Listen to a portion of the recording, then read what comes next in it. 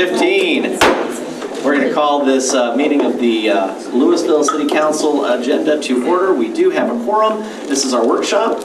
And the first thing on the workshop agenda tonight is item A, discussion of consent and regular agenda items. Go ahead and take a look at that. We've got Councilmember Jones with the invocation. We have Councilmember Green with the pledges to flags.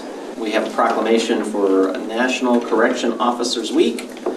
Another one for National Drinking Water Week, and a third for Bike Month. And then we also have a presentation on item D. Item E is a public hearing, special use permit for an accessory building, accessory structure greater than 800 square feet. Questions or comments? Item 2, ordinance granting a zone change from LI to single family. This is in the McKenzie-Hembry neighborhood.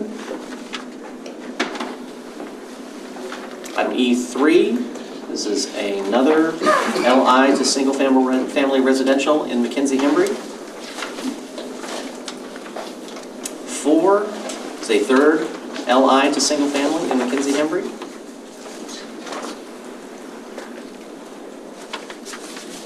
Item 5 is an additional LI to single family in McKenzie-Hembry. I think this is wonderful. So do they have plans right now? Is just trying to get the zoning in place to do something? So a lot of these are single-family homes already.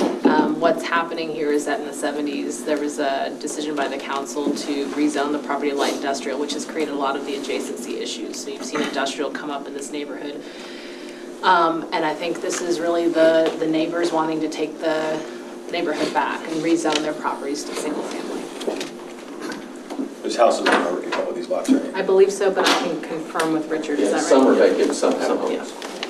Yeah, but it's the neighborhood ownership that has brought this to the city to rezone. Love everything As a about whole. this. Yes. Yeah. That's great. Item 6, amend PD concept plan for 7.46 acres southwest corner of Windhaven and Lady Tesla. Are we going to table this? It's not this one. It's not Not this this one. one. It's the number 7. Is it number 7 Do we have a presentation on this one? or number 6? Yeah, to be honest, I was looking through the exhibits and I was having a really hard time figuring out what the changes were versus what it used to be. So I was hoping we could have. Sure. I mean, Richard, you have that slide that you sent earlier today. You want to? That just basically, yeah, I mean, I can pull that one up if need be. We didn't have a presentation prepared, but we can maybe. Or we can pull up the packet and I can walk through. Yeah, if you could just point to where this is what it was before and this is what we're proposing to change it to, because I was having a really hard time following it. So if we could do that during this item. Richard, when you're doing that, can you also bring up the slide that you prepared that shows what was done before with this? Because I had difficulty understanding what we already approved, what was new. If you can bring that up as well. Exactly. Thank you. Because this is separate from what we approved last time, right? It's coming all together because it's within the whole. Within the realm subdistrict. Yeah, so he showed you the site or the concept plan because it's the entire realm subdistrict. But really, the change here is just going from multifamily, no structured parking to structured parking. Yeah. I'd just like to be able to Sure. see it. Item 6, this is amending the PD. That's 3.459 acres south of intersection of Essex and Parker. This one, the applicant has asked us to push that to May 19th, so we will. Item 7. Sorry, yeah, item 7. Yeah, you said 6. Sorry. Accidentally. My apologies. So yeah, item 7, the applicant has asked us to hold this until May 19th, so we do have to open the public hearing and people are more than welcome to speak, but we'll end up having the full council conversation in a couple weeks. And Mayor and Council, staff would also like to hold this just to give us an opportunity to put together a small slideshow for you, as well as me briefing legal on some of the issues. Sure. Item F is our Citizens Forum. G, consent agenda. Consent agenda, item 8, council minutes. Item 9, bid award for an annual requirements contract for mowing, trash pickup, and landscaping services. This is for zones 4 and 5 to Reader Industries for $232,000. They didn't work in the city before? I don't know if they have. Stacy, are you here? I don't recognize They have them. not worked. I don't believe they have. I don't recognize the name either. No, but we did references and stuff, so. And I appreciate that, staff has talked to me a bit about this, and we did a deep dive trying to find out, okay, there's certain areas that just don't seem to get hit. Why not? And that has been captured in this document, we believe, so that should help, again, with, council's push to beautify and make sure that we're keeping everything up to snuff. So I appreciate staff taking the extra time to really narrow that down. Item 10, construction of Old Town Grand Courtyard remodel of Old Town and the Old Town Pocket Park. So this is the bid award for $1.4 million. Councilmember Kelly, did you want to speak to this? I was just curious, so I love everything about this, but I think it's a great opportunity to reinforce what we're trying to do out there for the public. It's a good size spend, but yeah, I just wanted to get a refresher on what this looks like and what we're trying to accomplish out there. And this is about the Grand, not the Pocket Park, that's fine. Okay, I had both pictures up there. So basically, the idea of the Grand Courtyard remodel is, one, to bring the courtyard into full ADA compliance is one of the things, but also to activate it as well. So this is to do a sculpture garden, which will have rotating sculptures that are out there, as well as kind of a common space, as you can see in there. But really will make a nice pause point for people to, and a welcome, instead of just hard concrete coming into the Grand Theater, is having a more soft and engaging environment. Real quick, could this be used as another presentation space, like Shakespeare Under the Stars or something like that? I don't know. We haven't really thought about that. It's an awesome. Been focusing on the rotating sculpture garden, but we are putting turf in the middle to make it a little softer and cooler over time, so But we can activate it somehow, maybe. It was originally a rental space, so I don't know if that's Yeah. still on the.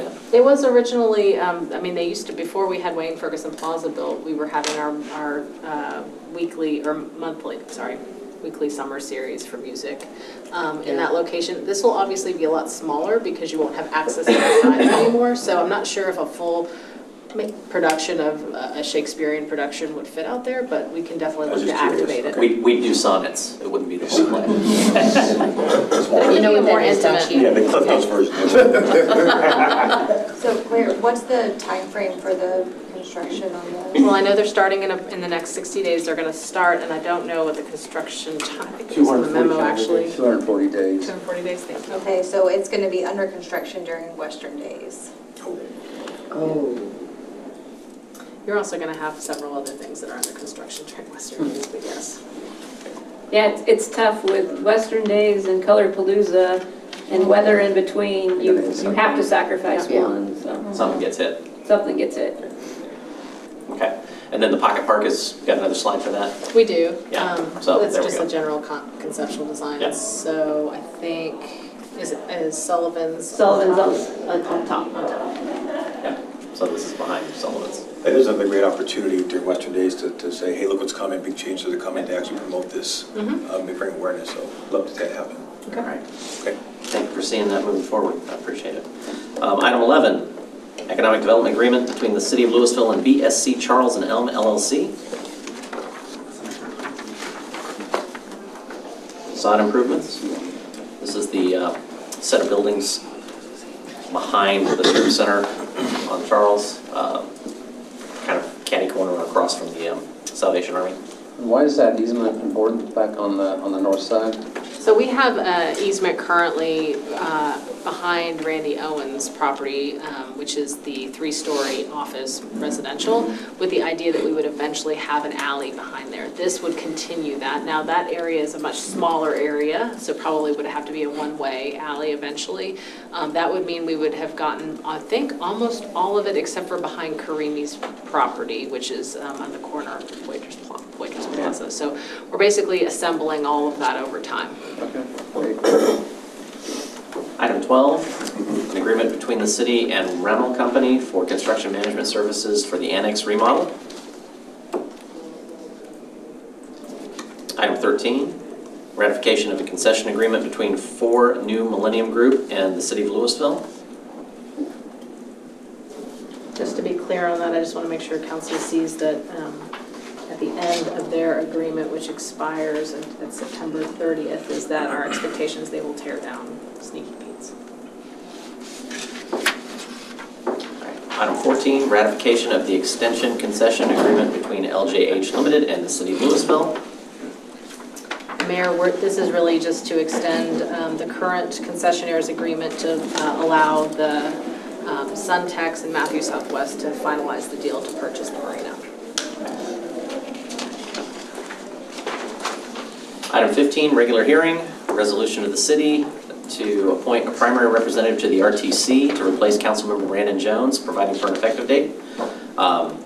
We do get to keep Councilmember Jones for a little bit longer with there being a council runoff. So I've talked with a couple of our council members. I think I've offered this out to everybody, but it is something that I can take on in June. Talked to Councilmember Meredith, and he said that would be fine.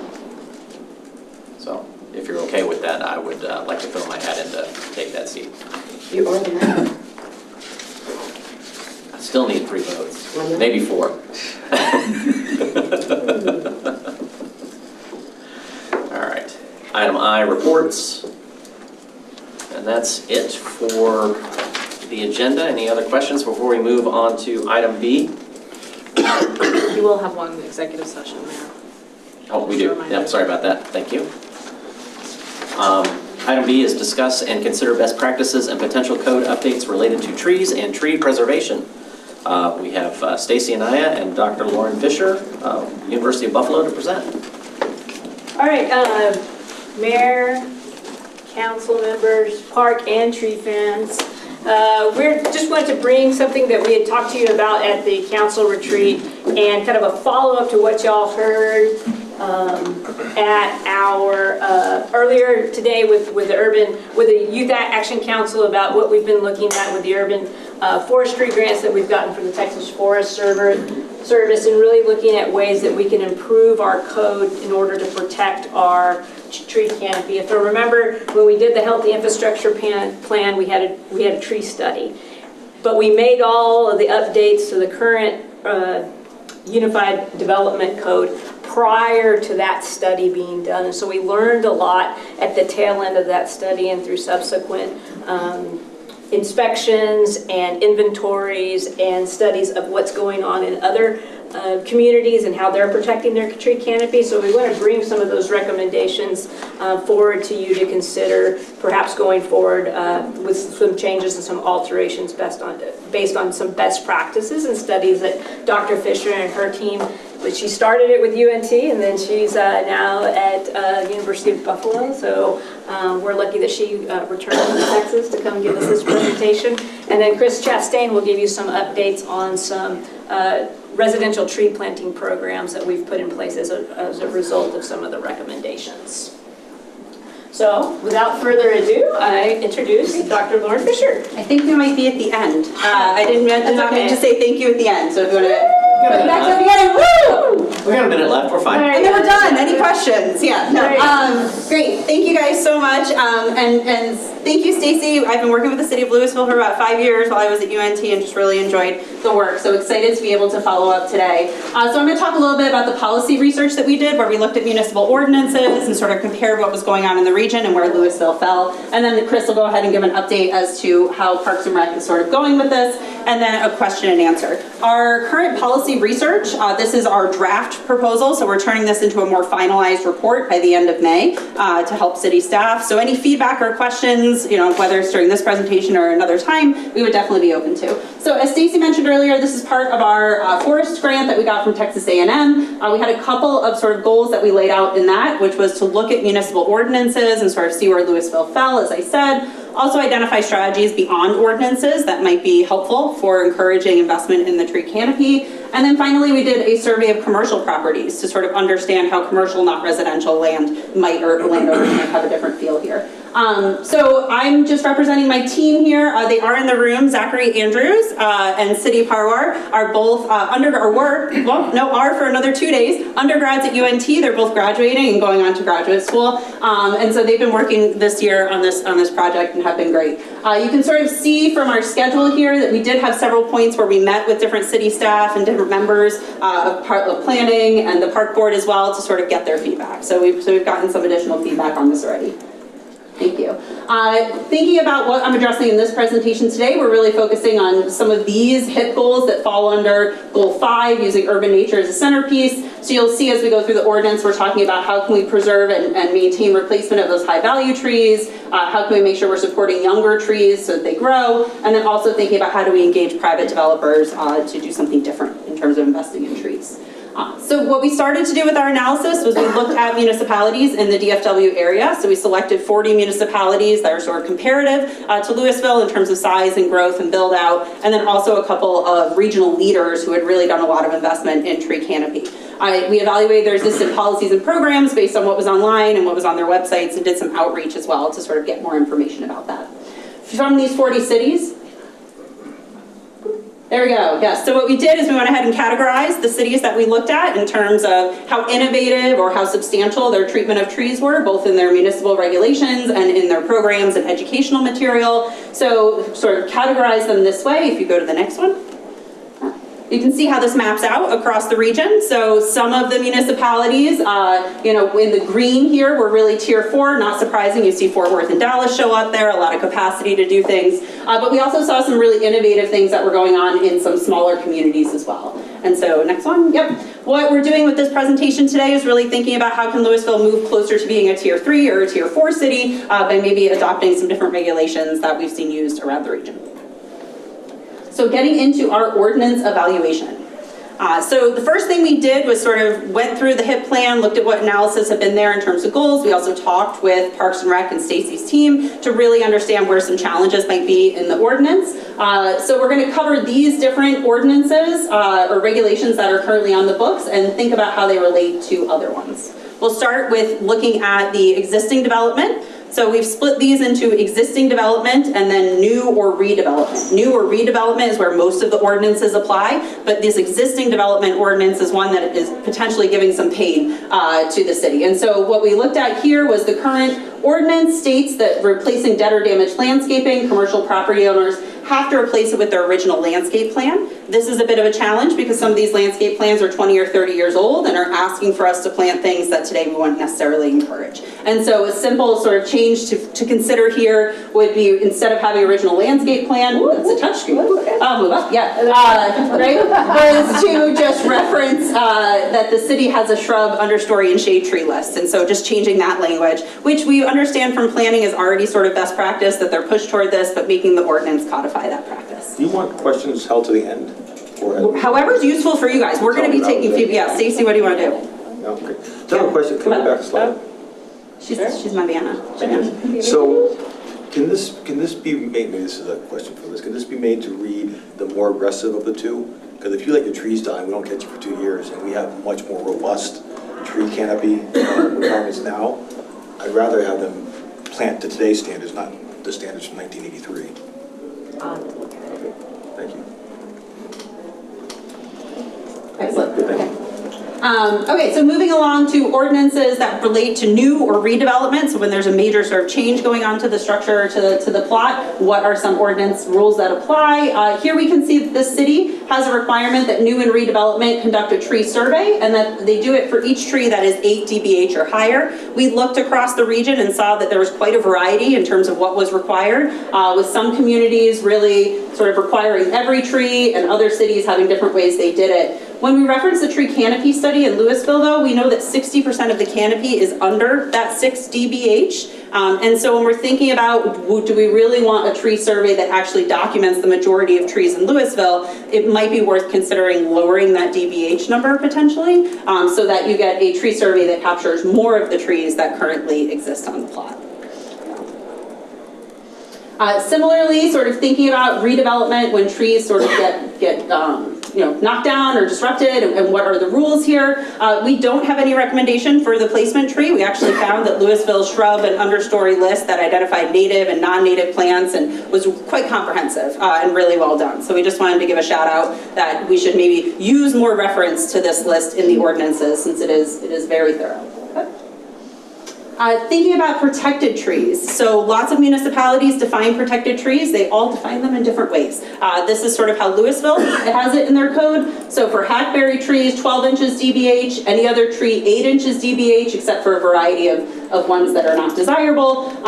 These are the ones that need to be protected. So they get special treatment. If you click to the next slide here. One of the things that we found was that while protected trees provide some level of sort of constraint on protecting trees, we started to see some municipalities that had another layer of protection, something that's called a heritage tree designation. So rather than just saying above a DBH of 12 we want to protect, a heritage tree designation allows communities to say, this is a 26 DBH tree, or this is a tree whereby our founder picked up an apple under, or these trees that have like cultural significance as well. And so we're suggesting that you guys consider this heritage tree designation as an addition, potentially, to the ordinances. What was interesting in this case from Georgetown, Texas, was also how the classification can be done. So citizens or council can nominate specific trees to become heritage trees, even if they don't fit the same species or the same size. So another opportunity to sort of engage tree protection through some potential different avenues than you have with your protected tree structure. How do they define historical value? Just like this. It goes through city council. So it's a city council. The way that Georgetown does it is that it's a resolution of the city council. So it's a pretty high bar to sort of get a heritage tree on that. Good question. Good question. Oh, I don't need judgment on my questions. I But the city of Lewisville currently does not have a heritage tree designation, so this was a potential new tool in the toolkit if you wanted to think about it. And so exploring that designation, maybe for a specific species, maybe for a specific size, and then thinking about what that process might be, whether it is something that goes through city council, or maybe the park board has this power or opportunity to do that. One of the things that we got a little bit deeply into was tree preservation credits. So when you're undergoing development or redevelopment and trees need to be removed, the ordinance currently gives you credit or sort of extra points for preserving trees, which then allows you to get rid of other trees, right? So you can sort of think of it that way. The challenge in the current tree preservation, go back real quick. Okay. So you can see here with the tree preservation, this is in Lewisville's code, right? That for post oaks and blackjacks, less than 8 inches, it's a 1 inch for 1 inch preserve. For sort of higher DBH, it's 2 inches for every inch preserved. And this sort of regulation in the middle here creates some challenges. It is not necessarily giving us the outcome we want. And I'll talk about that in just a second. But we did want to show you how other communities do tree preservation credits. So this is Lewisville. Go to the next one, please. One more? No? Something's happening. We're going down. All right, Down.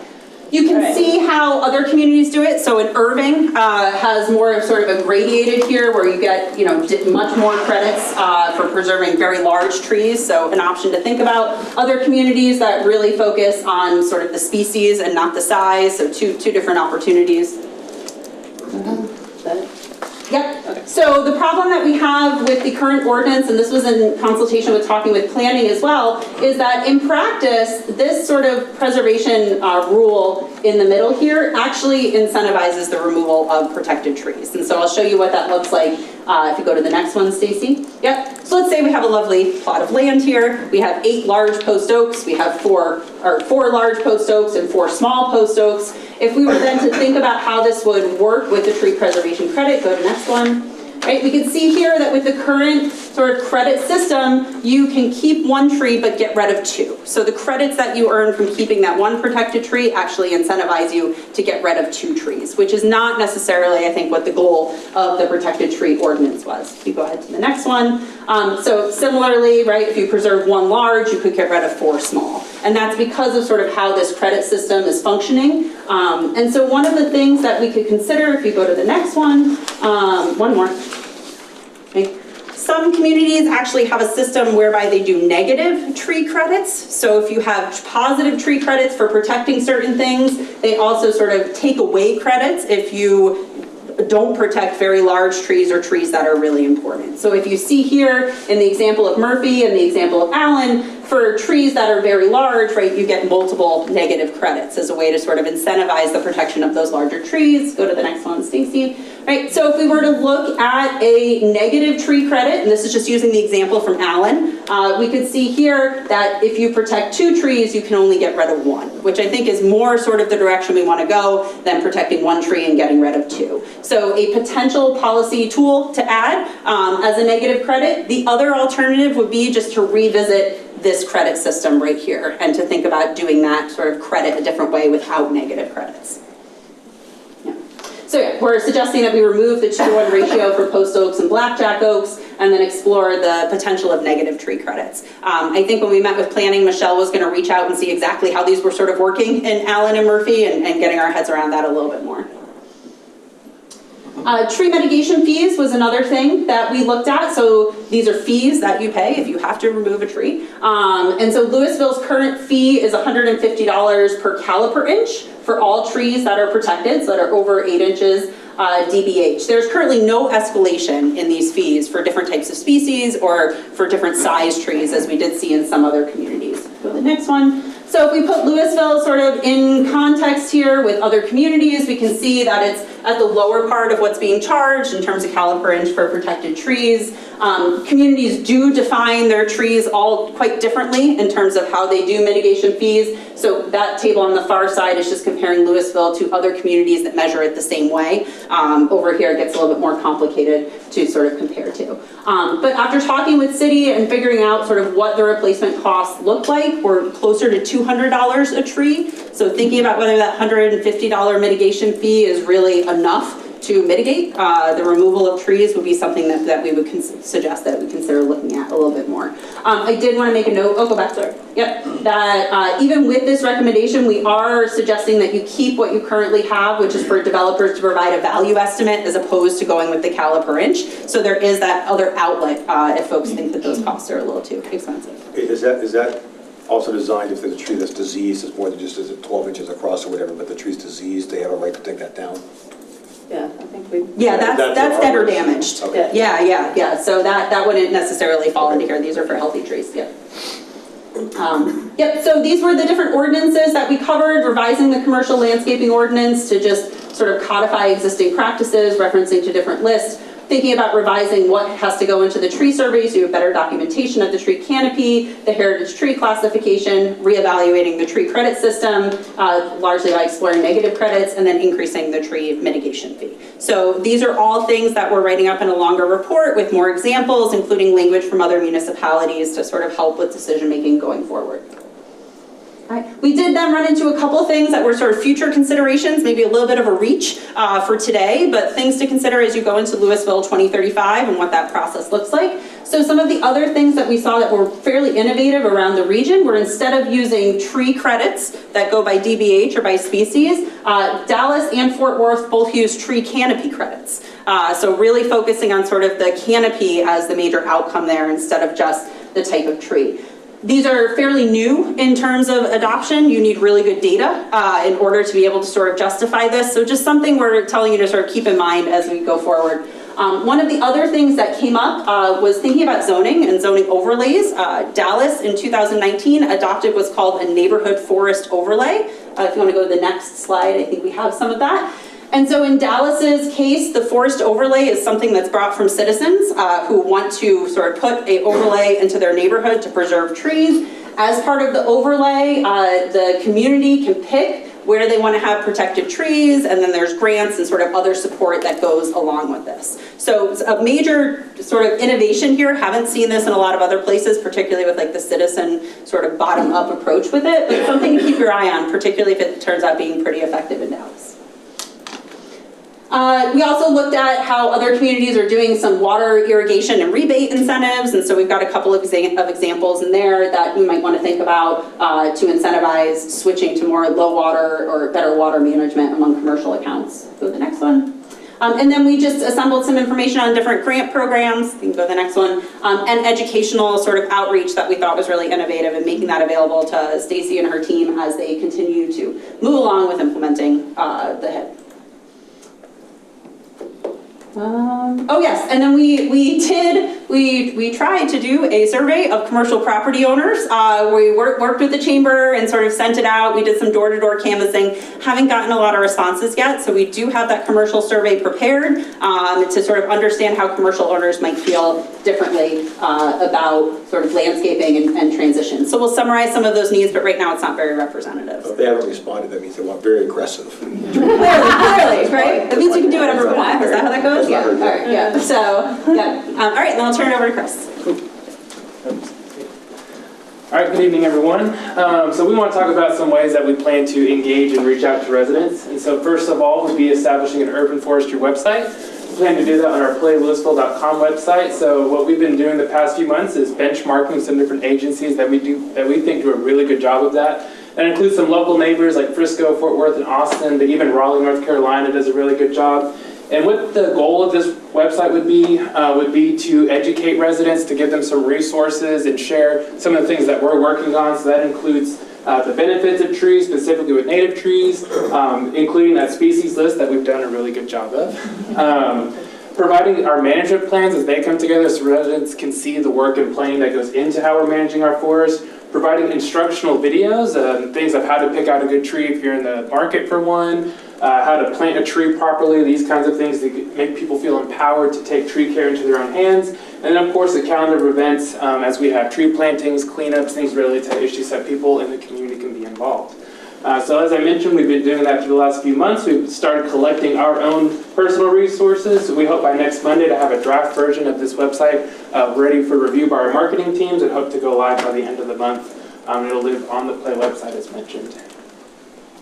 And then the other really cool thing that we're working on are some residential tree programs. And so we're going to attack that from two different ways. One is going to be utilizing the PET program or Property Enhancement Program that's already in place. And this would be an option that's available to all residents in Lewisville. And then the second is going to be something that we're calling Branch Out, which will be a much more targeted program. So we're going to talk through each one of those. The PET program, we've been working with Ashley, Brian, and her team over in Neighborhood Services. And so I'm sure everyone is familiar with the program, but it does provide some rebates to do improvements to your home. One of those projects is planting of a new tree. And so really what we're doing as an urban forestry team is we just want to highlight that that opportunity is available, bring more notice to it, and really educate residents on why native trees are beneficial, both to the environment, but also to you as a homeowner. So we're trying to grow our canopy, and especially in private land where we don't otherwise have it available. We're going to be working on some enhanced marketing and resources. We're going to be rolling out a social media campaign, a 3-week campaign through the month of May. We're going to be starting that next week. Again, educating on the benefit of native trees, how they can improve your property as a homeowner, and then providing education on how to participate and sign up in the PET program. And then moving on to Branch Out. The goal here is still to preserve and expand our canopy. It's to provide environmental equity and sustainability and to engage with our community. We first heard of a program called Equitree that the city of San Antonio does, and we just thought it was so cool. So this is kind of modeled after that approach. The way this program works is that the trees are provided completely for free to the resident if they decide to participate. We'll use a variety of outreach tools to let people know about the program, gain interest, and work with them to get a tree on their property. And it also will involve on-site consultations so that we know they are aware of what they're signing up for in terms of caring for the tree, and that they actually have a good, beneficial location where a tree can be successful. So the first area that we're looking at is a neighborhood over in North Edmonds. It's approximately 400 homes. The reason this location was selected is that it has a tree equity score of 62. That number 62 puts us in a high need category. It actually comes out as number 63 out of 67 of the areas in Lewisville. So pretty far down the list, shows a great need there. The tree canopy coverage is only 13% in this neighborhood, and that data gets lined up with census tract data that illustrates that these people need trees like yesterday. And also, it contains Centennial Drive, so that's cool that it can be our first one in our centennial year. Program logistics, so the way this will work is that we will send out mailer postcards that will have instructions on how they can let us know that they're interested. That would either be one, scanning a QR code and filling out an online survey, or a phone number where they can call us if they don't have access to internet or an internet-enabled device. We can take care of them over the phone and make sure they still have that opportunity to participate. Again, after we gather that interest, we'll do on-site consultations, explain to people what their different species options are, see what the location, make sure it's going to be successful, and then eventually lead them to purchasing a tree that would be installed by a contractor. The funding source for this program would come from our existing tree mitigation funds. So the timeline on this is we've already started work in April creating some materials. We plan to start rolling those out by the end of this month and into June to start collecting that interest so we can work throughout the summer on doing those on-site consultations and getting further information from people so we can place an order in September to plant trees in October. And by the time we get to December, we'll do an evaluation of the program and see how successful we were, what challenges we ran into, and how we can tweak the program for years to come. One thing I failed to mention on the uptake was that based off of San Antonio's participation, we expect about 5% of materials that go out to turn into a planted tree. So at 400 homes, we're targeting around 20 trees that would be planted as part of this program. Yep, go ahead, you can wrap it up. All right, so we have some short-term action items where we'll be looking at, if y'all liked what you heard and are in common agreement, we'll start working towards some of the suggested updates for the UDC and some of our other ordinances as it remains to trees. And then over time, we'll start looking at some of those innovative things that Dr. Fisher talked about in terms of zoning overlays and how the tree canopy credits work over time as they evolve and become more commonplace practices in municipalities. So is the tree mitigation fee, would that be baked into the UDC, or is that something that's separate so that we can update it? So the fee itself is can be part, we can consider it part of our fee schedule like we do our parkland dedication. That's what I'm asking, yeah. So it's just about timing and predictability so people as they plan for development and redevelop know what it's going to be. So I know that one in particular has to be, it's a healthy balance, because what you don't want is you don't want developers saying, well, I need to take out these trees so you can have, this is what you have to replace, and then we put in what we're required to, and then we can put in extra to help get this number down, right? Mm-hmm. And what you don't want is you don't want them to start squeezing all their trees together so that they can fit more in to eat down that requirement of mitigation, so they can lower their mitigation fee, but now they've planted all these trees that are too close together, and then over time those trees start dying. Yeah, so this is a little bit different. So mitigation is based on taking trees down that exist. So this is and one of the things that we try to say is you can't replace the value or efficacy of a 26-inch tree with 26 1-inch trees. Right. And Yes, so the that's true. mitigation is trying to preserve some of these 26-inch trees that provide a larger canopy stormwater mitigation. So you're saying that if I was taking out 50 caliper inches and I put in what I was required to and then an extra 25. You still have to pay for the 50? Yeah, you still have to pay for the 50. Okay. Yes, I've seen other ordinances written differently than that, Right. where you're able to get some mitigation credits if you go above and beyond. Yes, ma'am. Okay, so they're having to replace the trees and pay the fee? So they take down trees that are over 8 inches, they have to pay for every inch that's taken down. So Is it 150 for every inch? Yes. So this also may be something that makes, if that fee is too high per inch, then that could make some properties in this city undevelopable. well, a couple things is it cost us about $200 per inch to plant a new tree. So if you want just replacement for replacement, we are not getting the value of what we will need to put back in another a public space or something else from the mitigation at this point because of our cost is going up. And just remember, we can also, I mean, if there's a situation like that, you can have, waivers of fees. Yeah, We'll say that we the don't. DD agreement. Yeah. Right. We don't, I mean, our staff's position has been, that's the last fee we want to waive because we know that council's priority is trees. But if there's a situation where a property is undevelopable at that point, I think, we would still probably bring that. And this gives us a way to incentivize keeping a better stand of trees versus junk trees. Let me ask, the neighborhood that we've targeted, do we know the demographics of the neighborhood? And the reason I ask is because we know we have difficulty engaging some demographics with others. We went so far as to hire a group that with Hispanic engagement. If that's a Hispanic neighborhood, or if it's some other group that we can target, I'd love to do better than 5%. If it's Hispanic, we get our friends to try help target that group and get them more engaged. Yeah. Okay.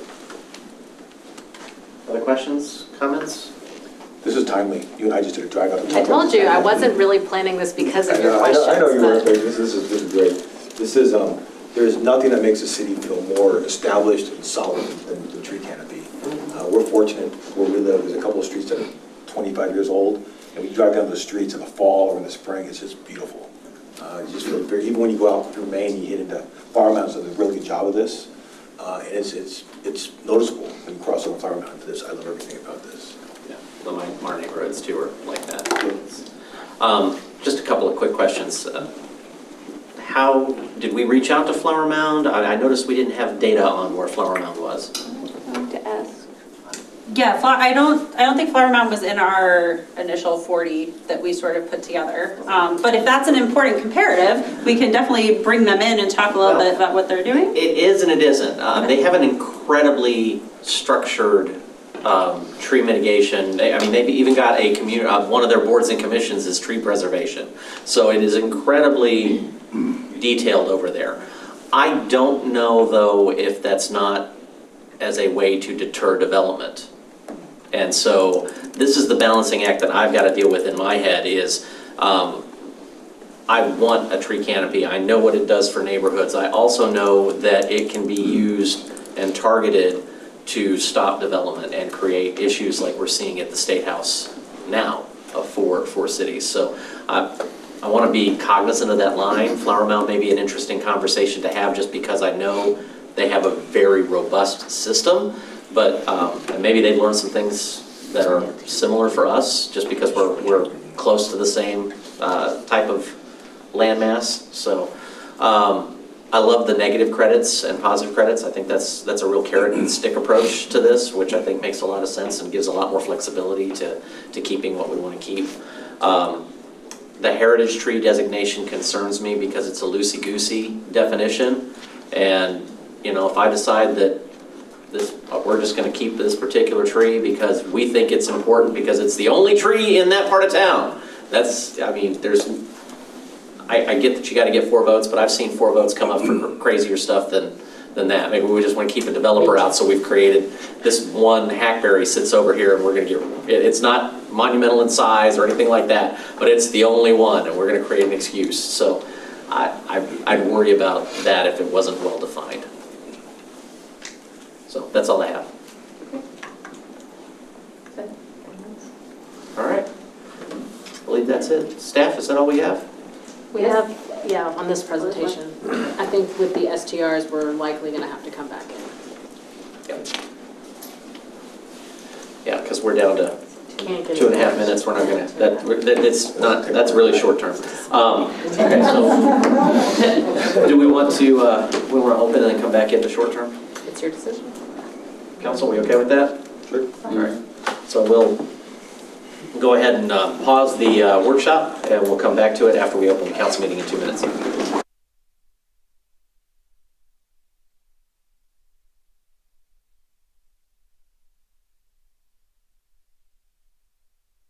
All right, it is 7:01, and we're going to call this regular session meeting of the Lewisville City Council to order. First up on tonight's agenda, we do have a quorum, but the invocation will be done by Councilmember Brandon Jones. Please rise for a moment of silent contemplation and prayer. It's been a very trying week for a lot of families in Lewisville. Our friend Ronnie Cade and our Commissioner Bobby Mitchell. So let's keep them and their families in our prayers.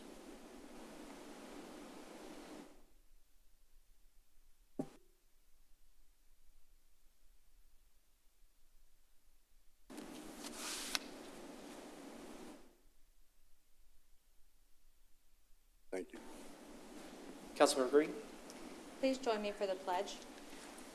I pledge allegiance to the flag Of the United States of America and to the republic for which it stands, one nation, under God, indivisible, with liberty and justice for all. honor the Texas flag. I pledge allegiance to thee, Texas, one state, under God, one and indivisible. All right, with that, we are going to go back into workshop sessions. So for those of you who are sitting out here, you'll probably be able to catch it on the audio, or you can join us in the workroom. We have item C, which is our short-term rental density update conversation. That's going to be held in our workroom. So council, if we go ahead and go back over there, we will be rejoining this meeting shortly.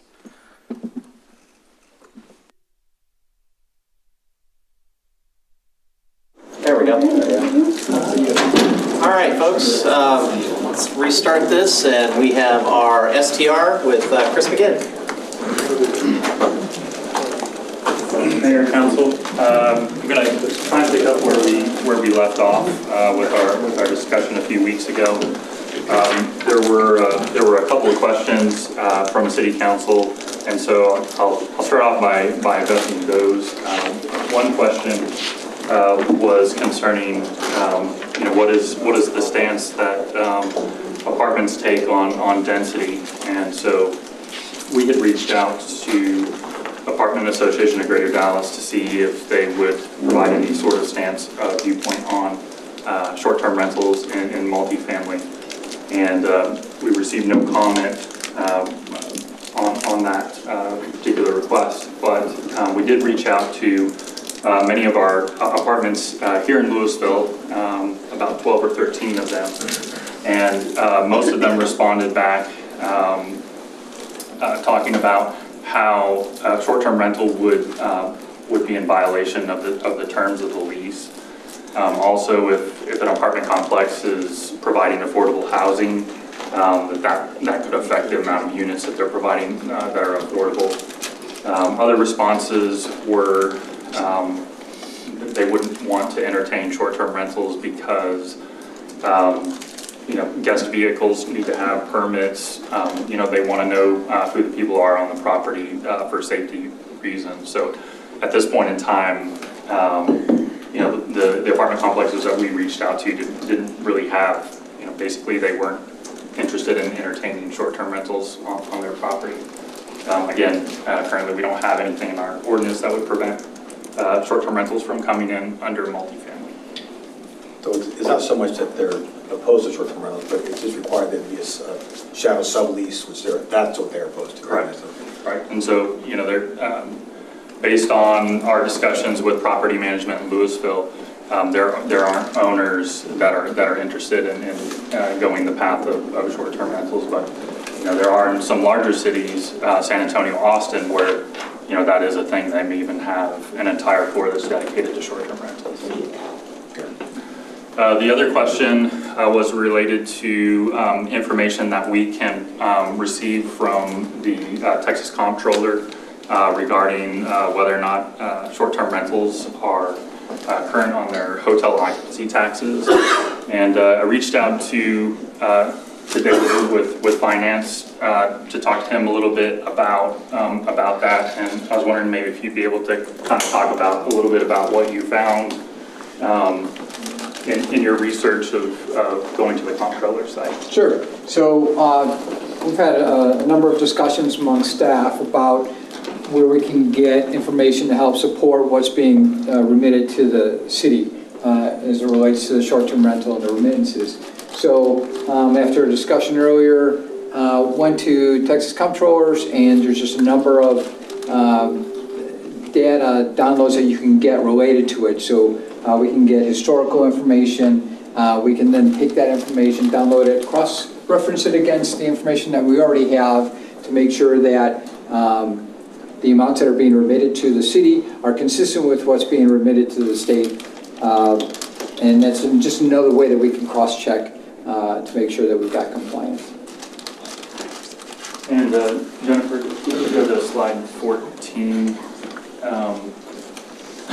There was one slide in here that I updated with some information. We had some discussion on how many short-term rentals would be in Lewisville if we were looking at linear distance from a permitted short-term rental to the next. And looking at the calculations, I removed the area of Lake Lewisville, I removed Castle Hills, I removed Leela to come up with these numbers. But and this would be the maximum possible number if we were looking at a linear distance of 500 feet. Could have a maximum of 3,249 short-term rentals. And if we were looking at 1,000 feet, that could be a possibility of 841 short-term rentals. So. And we have how many homes do we have? 132, I think. No. How many short-term rentals? Oh. Single-family buildings. Single-family structures do we have in the city? Just over 26,000. 26,000, okay. So then, And let me with just 500 feet, that would be 12%, 12.5% of our, Product. yes. And Patrick, just if we were to include Castle Hills, because I know that was your argument before, so it would go to, from 3,249, it would go to 4,096. And then going from 841 would go to 961. Okay, thank you. So we'll go back to our slide here. Hold on just a second. So this could potentially include neighborhoods that have an HOA that prohibit, if we put Castle Hills aside, because are there other neighborhoods in the city? There's a couple, at least. Okay, They just so, won't be as large. okay, so those would still be in there. So the actual number would be a little bit less than that. Correct. Okay. And then Is there a percentage you were looking at? Is there a percentage I'm looking at? Yeah. No, I'm just trying to get an Okay. idea of what that is. So 1,000 makes it 4%. Yes. And just so, 3%. Chris gave me some information today that I just want to make sure you guys had too. So we had put the maximum limit to 130 and we've already hit 130. Is that we're not close? quite at 130 as of right now. We're at 90 are active permits, 98 active permits, 15 applications for a total of 113. Are any of those STRs that have gone off and decided to come back and be STRs again? Do we know? At this point, their permit's good for a year, and then when they come time for renewal, then we'll see if they reapply, but we haven't been to that point. What I was asking was that we had some people that just opted out of the STR process altogether to be long-term. Have any of these 15 that we know of, did they come back and say, oh, it's open season again? So during the interim prohibition on short-term rentals, we had about 30, they stopped advertising or they set their listing to greater than 30 days.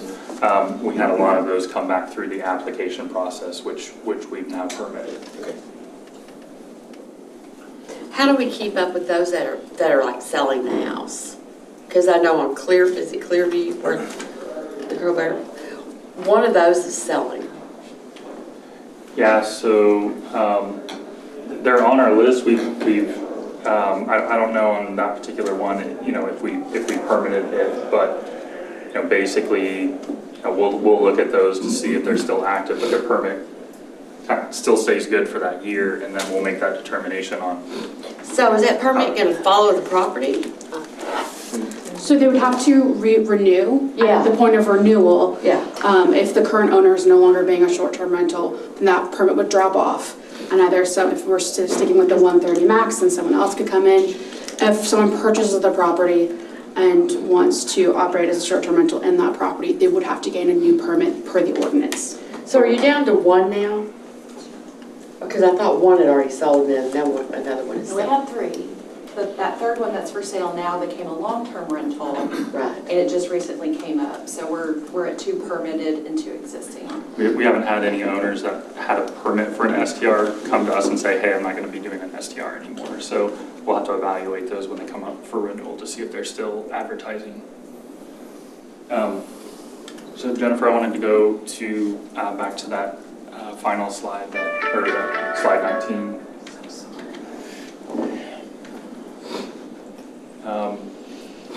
So Claire, I don't know if you kind of wanted to. Yeah, I can go through this, but I wanted to first start on that multifamily unit limitation because we started talking about multifamily. So if we had known that other cities that are doing multifamily and allowing them, they usually set some type of limit to them. My question is going to be on number 5. So let's say we did 5% of multifamily units. So we actually have 27,000 total multifamily units in Lewisville. If we set it at 5%, I think you said that was about 1,350 multifamily units that could. Now we know that none of our current, this is probably never going to happen because we know the multifamily don't really want them right now. But just note, that's a lot of capacity and a lot of work for our staff to be able to handle. Let's say you took away that 130 unit limit and you got to, let's say, 1,000 feet. You'd have 841 units plus an additional 1,350 that could possibly get permitted in the city of Lewisville. So my recommendation is that whatever multifamily you do decide on, that go towards whatever cap total that you have. But for the rest of it, I mean, it really is up to council how much you want to, how you want to handle this. I mean, are block faces something you guys want to focus on? Density. Can we have under multifamily that part of the multifamily application is the management has to sign off on it? It already is, and that's actually preventing some. Okay. It has shut down a few. In fact, with the current ordinance, the owner has to provide that approval. What would it be if you had 1 per building? I think I remember seeing some of the cities had a max of 1 per building. So, we'd have to think about how that would work out. Like the older style of apartments, they're usually less units per building, and current garden style apartment living, we may have 1 building and 300 units.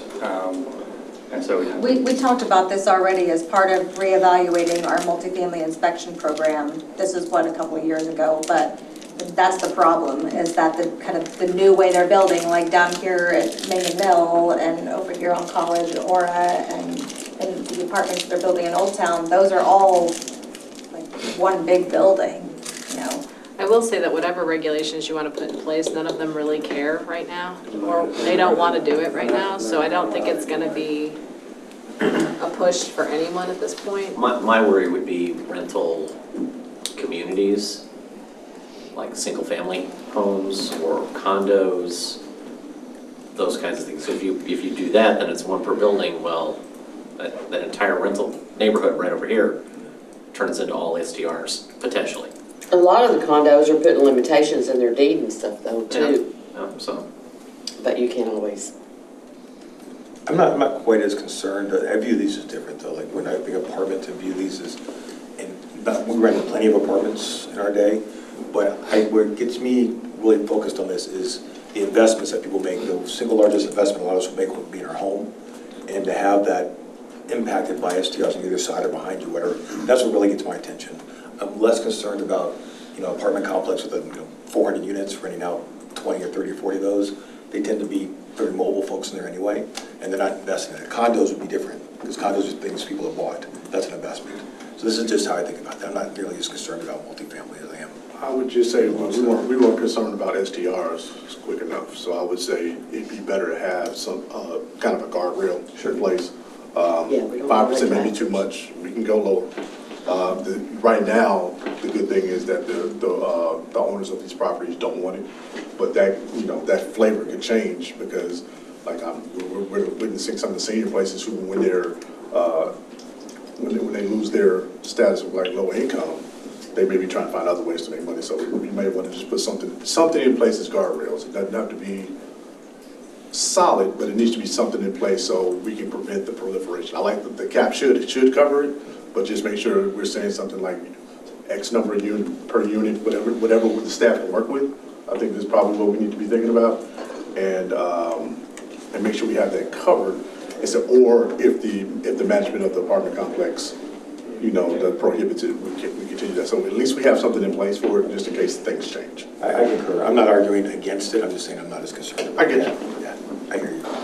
I would say, on the multifamily unit limitation, the other thing what my advice is also is that if we get, let's say we set it lower than 5%, let's say we set it at 2%, and we don't even think we're going to get there because right now our multifamily doesn't want it. If we hit 2% of those units at some point, and we're seeing that issue, we can bring it back. If people are clamoring and wanting that, we can always bring it back for discussion. Right now, this is kind of an academic discussion because it's not really happening in our community right now. Actually, I would say that about pretty much everything we're discussing here. What I feel like we've got an incredible amount of data that we're looking at, but as we continue to go through this program, we're going to collect more and more data. And I really feel like there's a market that is going to set really what our maximums are going to be, because not every other house is going to turn into an STR because there's just simply not enough demand for that many, for 13,000 STRs in the city of Lewisville. Until a private equity firm figures out the model.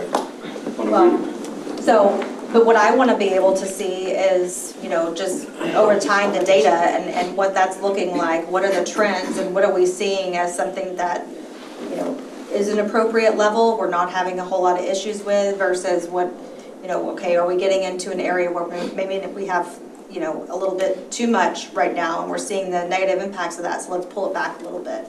I want to be able to reevaluate this on I don't want to say all the time because I don't want to do that to you guys, but I think let's talk percentage now. We can talk percentage, but I would like to reevaluate that based on, if we take a percentage, let's come back and say, after a period of time and say, how is that going? But I also think that staff will come to us and say, hey, this is too much workload. Yeah. And so we're going to get requests for FTEs and all that. And if we pick a number, I mean, I'm already being told that at 130 we're pushing staff's capacity. We're going to end up with an entire department of STR. It does nothing but STRs. But I think that's our regulator, right? Is that staff would be coming back and saying, hey, this is the burden, and that's when council would come back and say, okay, well, do we want to throttle up or throttle down based on what we're seeing from staff feedback? We should be seeing if it's going up, then there's more workload, then theoretically speaking, there's more tax dollars being brought in to help maybe cover that cost. I do want to push on one thing though, and that is, I do disagree that fundamentally that there's a big difference between apartments and getting more data for apartments and homeowners getting more data for homeowners. Because there's a regulator right now for apartments. The regulator in apartments is the apartment owners. They say we don't want it. There is no regulator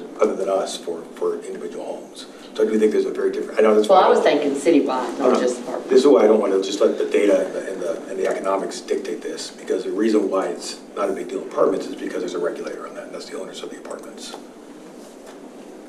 Does that make sense? You're looking at me like and I'm trying to understand what you're saying. So I think what I heard you say was that you want to collect more data because it's not an issue right now. As a whole. No, that's not what I said. Okay, well, then, okay. What's to reevaluate? I'm saying that I think we need to set some.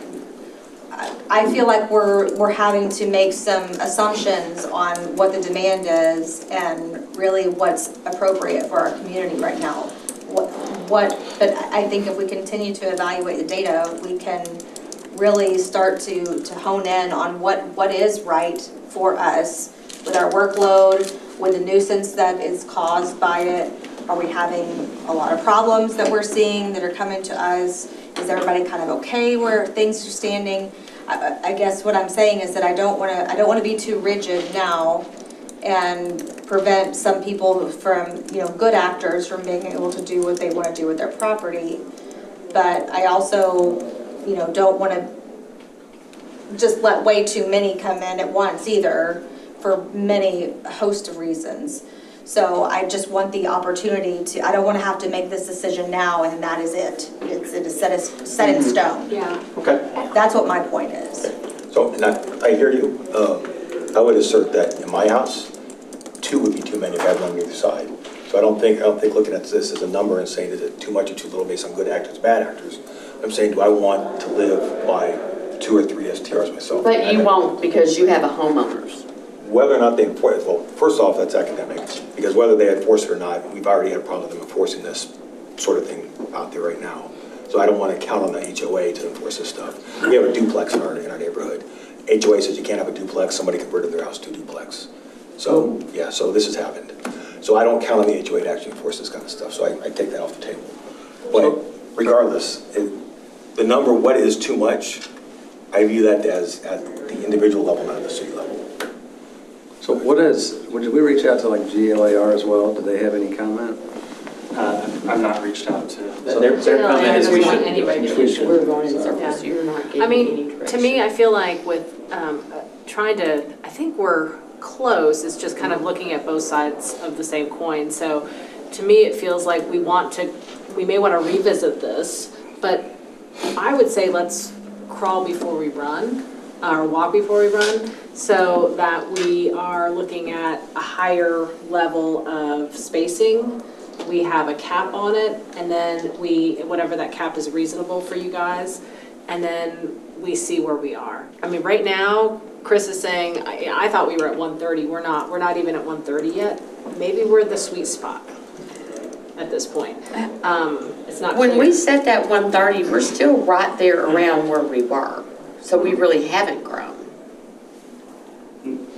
Well, we've added, I think last time I talked to council before this last presentation, we were at 77. And so now, since the prohibition, the ban had opened, I think we added, we were at 94, during that time period. So I think to kind of put a bow on this, I think we've kind of put a bunch of things out there. Staff is looking to see if we have an interest in pursuing some of these questions. So I'm just going to kind of walk through these. First is, do we want to have a block face limitation or a distance limitation? So what if we did just block face? Do we know what that number is?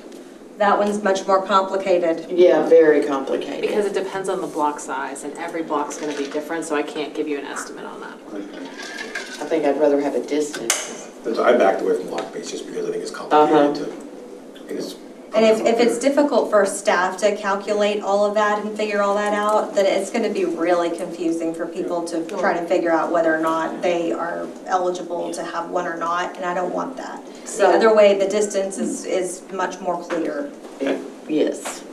Front door to... So do we have consensus that we don't want staff to keep researching block face? I'm okay with that. Okay. So then the next one would be looking at STR, distance requirement. I've already heard several folks say that they don't have a problem with distance. I think the question is, do we have something 500 or 1,000 or some other distance that people are interested in? Hit it in the middle of that.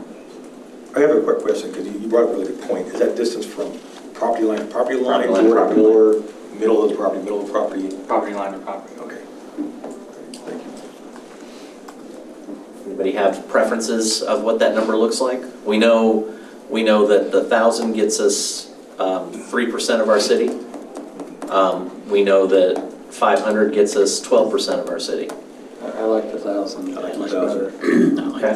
Thank you. So if you have, my only question with that is that if you have, with the current STRs that we have registered, are there any that are going to get kicked out because of that requirement? They'd be grandfathered in. The ones that They'll be grandfathered in yeah, as long as they renew their permit.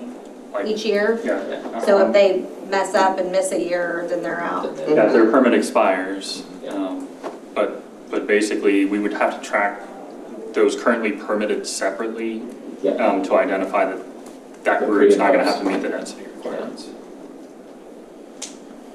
Okay. I think you've got consensus on that. Awesome. Is there an interest in a limitation on multifamily? It sounds like there is, just to be preventative.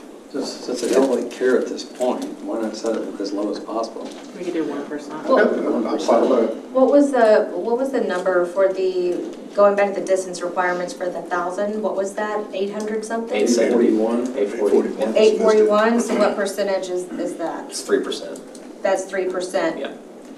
961 with Castle Hill or something like that. Yeah, but it's probably still about 3% because you put more houses. That's why I was asking you, what number were you trying to hit? Well, I'm You're just, trying to get around 5? I'm, in my logic, in my brain, I'm thinking, okay, well, we're 3% gonna allow of 3% of this one, and we're gonna allow 3% of this one. Oh, you mean for multifamily? Yeah, that's kind of what I was trying to consider in my head. Okay, I've got a 3% for 3%, I've got a 1%. I think whichever one staff can, I mean, you don't have to really worry about it, but I mean, I would go as low as possible, and then we can build up. Nothing is permanent, and if we find a rationale to increase it. Yeah, fine, go but- to 1.5% for multifamily. 1.5. 1.5% sounds good. It's half of the other. And it cuts it down to a real low number because they're already piled on each other as it is. And of our survey cities, Dallas and Grapevine are doing 3%, Plano's doing 5%, Denton's doing 10%. Outside of that in Texas, Austin's doing 3%, Rockwall's doing 5%, San Antonio, US is 12.5%.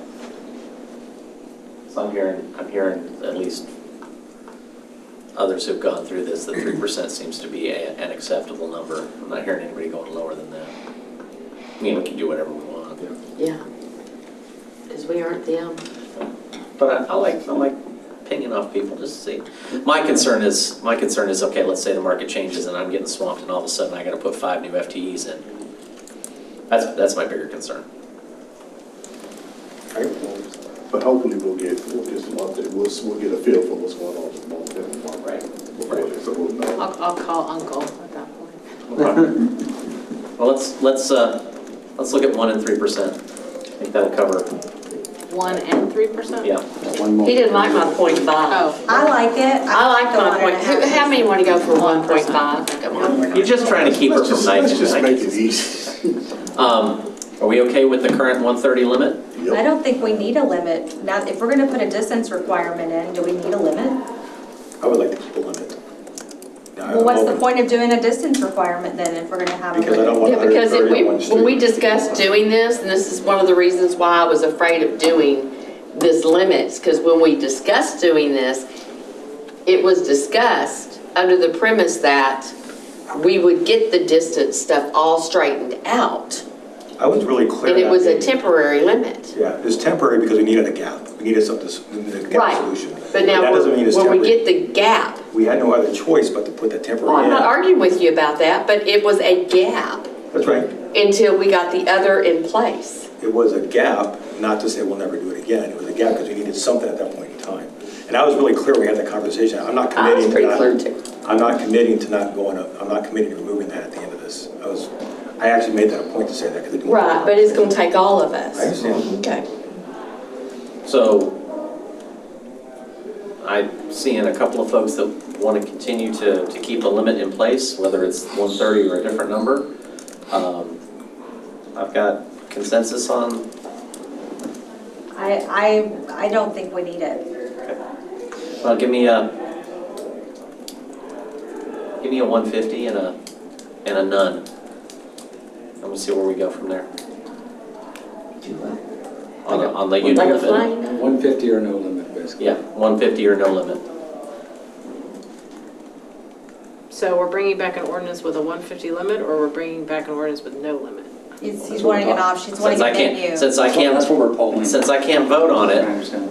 and I have a split conversation here. Okay. Well, how split is it though? I can live 150. You can live with I can live 150? 150. I've got at least, I can do 150. Then why do all of this other stuff? to keep them from clustering in a particular neighborhood. Yeah, that's right. If we have a limit in a total city of 136,000 people of 150 short-term rentals. It's 0.5%. So why do we need to even mess with all this other stuff? Because you don't want all of them to be on your street, Or on the lake or. or all of them to be in the lake neighborhoods. or all of them to be taken out houses here in Old Town. Oh, I understand that, that's why I brought it up however long ago.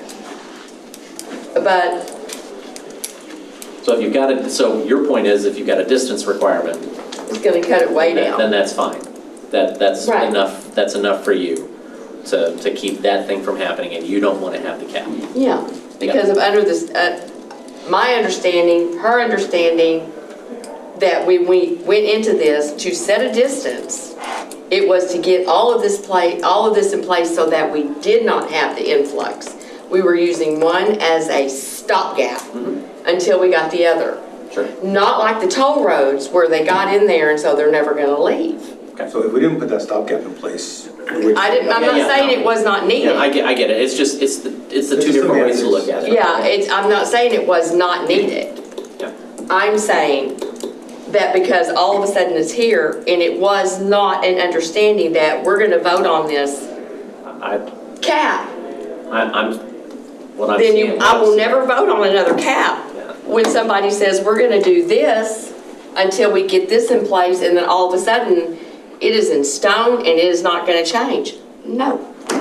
I will just say, my final thought on that is that I feel like it's a little bit disingenuous for us to say that we're gonna set this distance that will allow up to 3% of our single housing stock to be an STR, and then put a unit limit on it that limits it to 0.5%. It's like whatever comes first. Gotcha. Well, There's a couple people that are at 150. If we can't get a consensus, and I guess we have to talk about it some more. well, right now, barring one person, I think I know where this will go. So, and it's gonna go with a cap. I mean, unless we're not in that 130 yet, so, but by taking it to 150, you still got room, it still can be modified later. But We can do reports every year. There's Yeah. no data right now that we're even at 130, so 150 seems reasonable to me.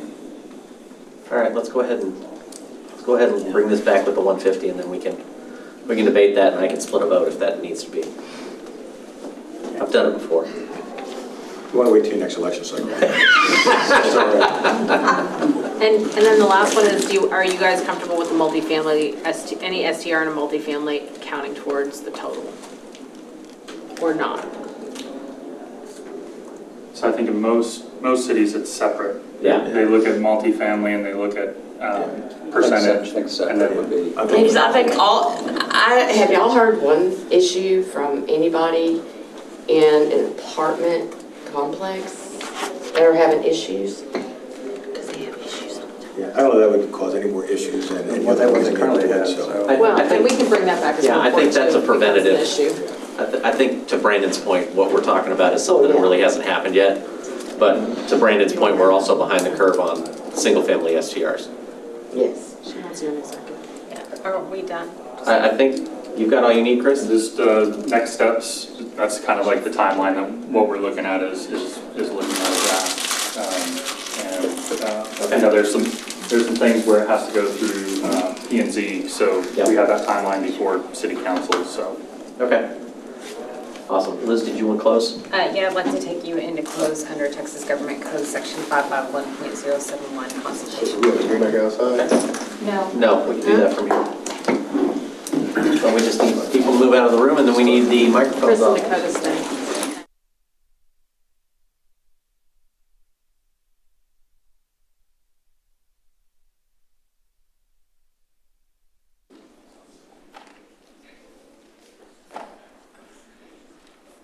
All right, thank you all for your patience. This meeting is chock-a-block with great municipal conversations, so appreciate y'all.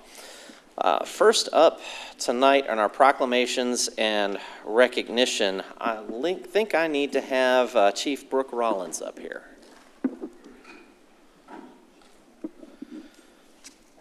All right, and this, yeah, you can bring all of them. Come on. Let's go. Just the police folks. Oh, I mean, y'all can all come up here if you want. couldn't even see them. They were all back in the corner. Yeah, they're hiding. Come on. It's a combo. It's a combo move. All right.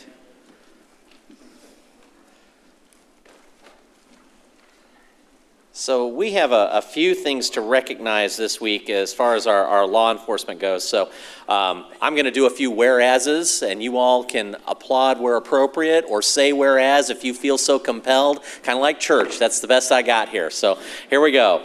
Whereas there are more than 1.280, well, I can't even read anymore, 1,280,000 law enforcement officers serving in communities across the United States, including the dedicated members of the Lewisville Police Department. And whereas correctional officers in Texas jails and prisons safeguard over 133,000 inmates, carrying out a demanding and often unseen role that requires vigilance, resilience, and the ability to manage physical and emotional risks of custodial care. And whereas since 1786, over 24,000 U.S. law enforcement officers have made the ultimate sacrifice in the line of duty, with their names honored on the National Law Enforcement Officers Memorial in Washington, D.C. And whereas in 2025, 345 names of fallen peace officers are being added to the National Memorial, 148 from 2024 and 197 from prior years. Texas led the nation in 2024 line of duty deaths with 18 peace officers and 2 corrections officers lost. And whereas May 15th is designated as Peace Officers Memorial Day in honor of all fallen officers and their families, and U.S. flags should be flown at half-staff. Now, therefore, I, T.J. Gilmore, Mayor of Lewisville, and on behalf of the City Council, do hereby proclaim the week of May 4th through 10th, 2025 as National Correction Officers Week, the week of May 11th through 17th, 2025 as National Police Week, and May 15th, 2025 as Peace Officers Memorial Day in the City of Lewisville, and urge all residents to make every effort to express heartfelt appreciation to the men and women who have dedicated their lives to preserving peace and safety in our community. And I can tell you, as a son of a corrections officer, my father worked in both the local and state jails in Arizona, and my aunt being a retired police sergeant, there were many a time when we weren't sure if people were coming home. My father was injured twice in his job, and it's one of those things that when you are a family of one of these brave folks, you just don't know sometimes. And so I cannot thank you all enough personally for what you do. It's been a tremendous impact on my life and my family, and I know you all are a tremendous impact on our community. So thank you for that. And Chief?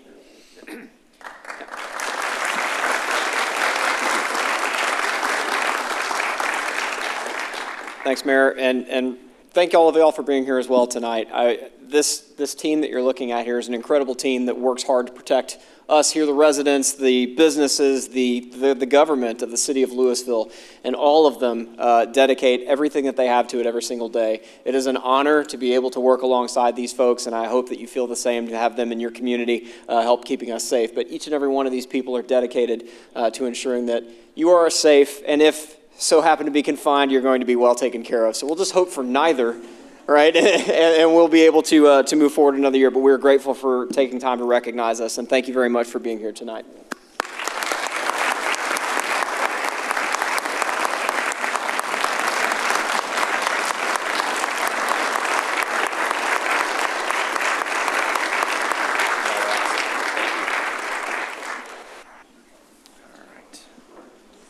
That one's yours, Chief? That's mine to keep. Yes, thank you. It's been autographed. Thank you. Right?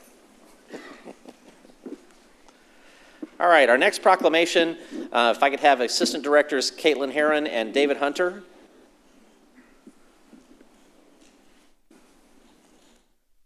All of our, yeah, bring the team. We got the whole team here. Awesome.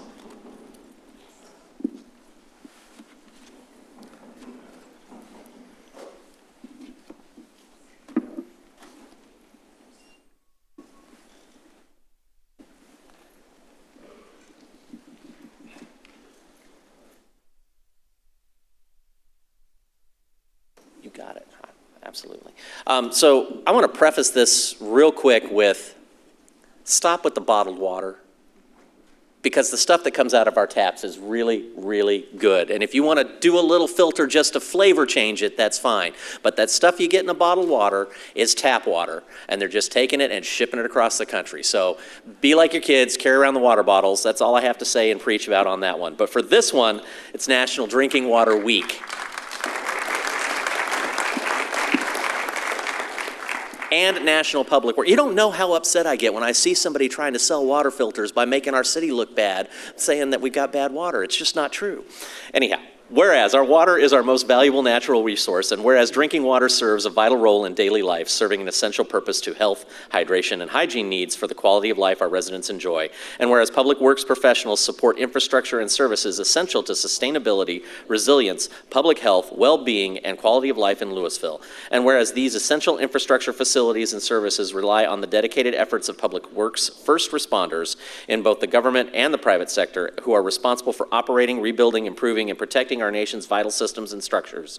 And whereas it serves the public interest for Lewisville's residents, leaders, and youth to gain an understanding and stay engaged with the value of public works and related programs in their communities. Now, therefore, I, T.J. Gilmore, Mayor of the City of Lewisville, on behalf of the Lewisville City Council, do hereby proclaim the week of May 4th through 10th, 2025 as National Drinking Water Week, and of course, May 18th through the 24th, 2025 as National Public Works Week, and urge all of our residents and civic groups to recognize the Public Services Department's vital role in meeting the daily utility needs and safeguarding our community's health, safety, and well-being. Let's give these great warriors a hand.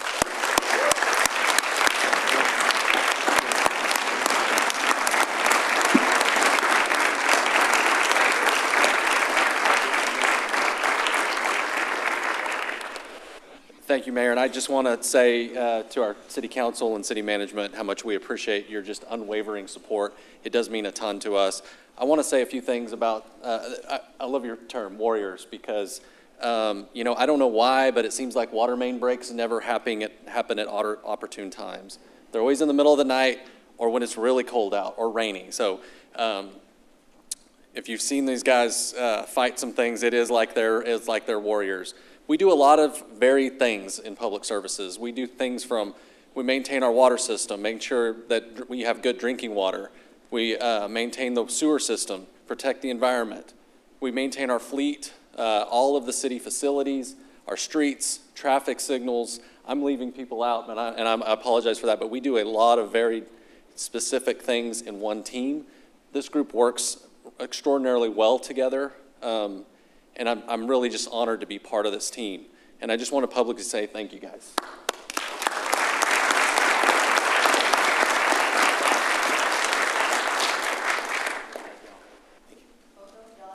Oh, we got a photo? Oh, hold on.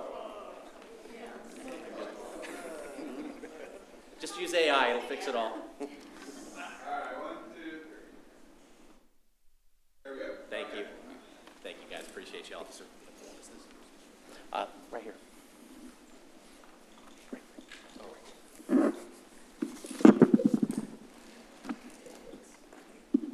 All right, Jonathan, and where's my mic event team?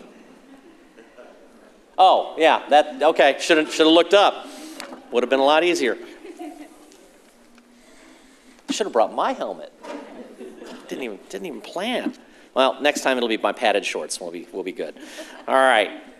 So, whereas throughout the month of May, the city of Lewisville will celebrate biking and the sense of well-being it fosters in us while recognizing the transformative influence that a growing community of cyclists brings in enhancing the overall quality of life for all. And whereas bicycling has been shown to improve residents' health, quality of life, attract local business spending, and reduce pollution, congestion, and parking in our streets and roads.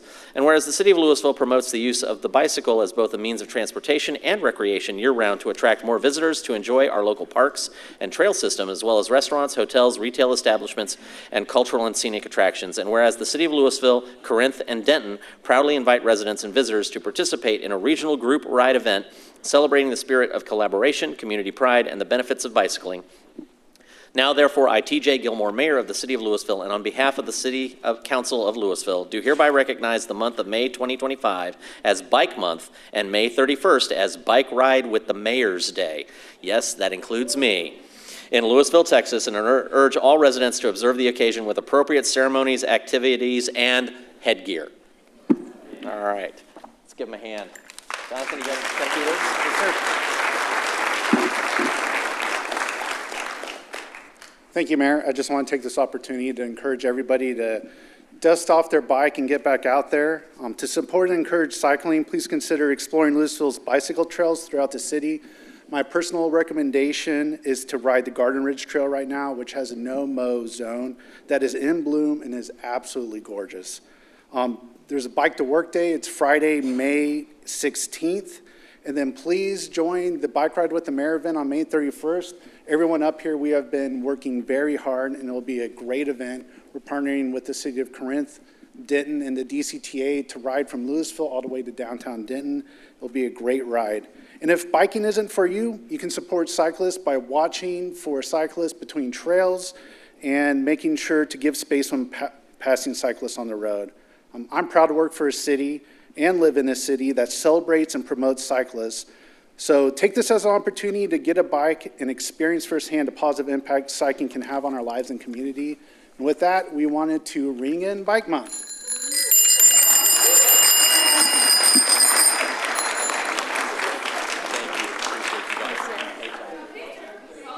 Oh, photo. One more time. Here in the middle. Okay. There we go. I'll just stand still.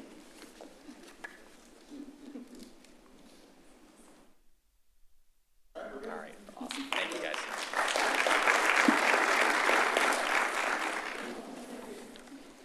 All right, and if I could have our city council join me down here at the front, please.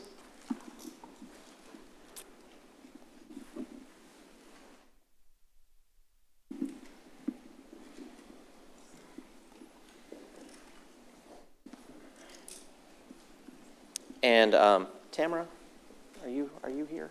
Where did I lose Tim? Okay.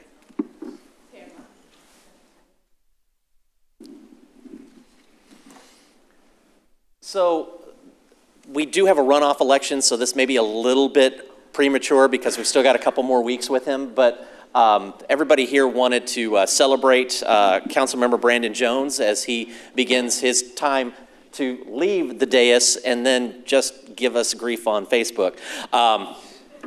I seriously doubt that. He'll call us directly. With that, we do have several small gifts of appreciation, Brandon, and I think everybody would like to say a few words. So if you don't mind, we'll go ahead and start. Tamara, would you mind? We'll just start from that and start with the YAC. Absolutely. So the trophy is already. It's not. I got it. We got it. But we wanted to present you with an award from the Youth Action Council. So many of you, if you don't know about our Youth Action Council, it started in 2017. And Councilman Jones was actually a big proponent of that. He was the one who actually got it kicked off for us. So we are really grateful. We are thankful. The YAC is still strong today. We had our meeting today, and as you see, the projects still live on. I know you said today that I could still call on you, so when it's time for them to go to their conference, I'm just hoping you'll be a chaperone and a volunteer. But we just wanted to thank you and recognize you for being a contributor to the Youth Action Council, so we really appreciate you. Thank you. Yes.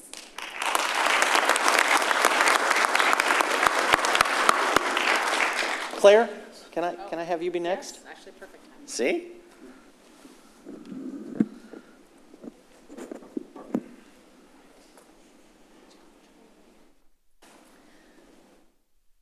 Brandon, we as staff have basically combined a large history, and you can see pictures up there behind you too from this book, of your service. And you have been in service from 2016 to 2025.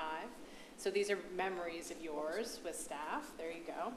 And also we have members of the community as well as our staff wrote you thank you notes and personal touches in there. Yeah, Shantae accidentally sent me that. Oh, Shantae. Did you read the one that says Brandon doesn't know?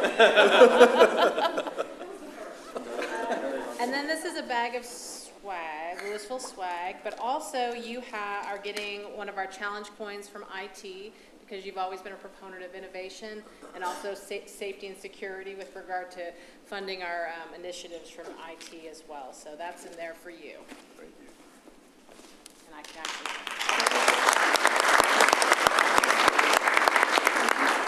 Hey, Ronnie, you want to say a few words? I'll get Just a few? I'll get it for you. Brandon, I want to say that you are so intimidating to some, because you're a big teddy bear to me.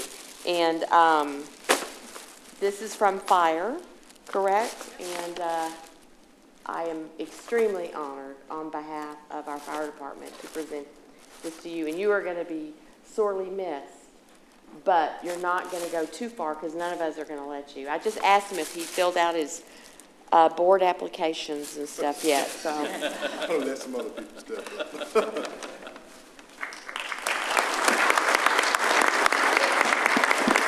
Councilmember Kelly, would you mind? This is the show and tell. Oh, show and tell? Oh, how nice.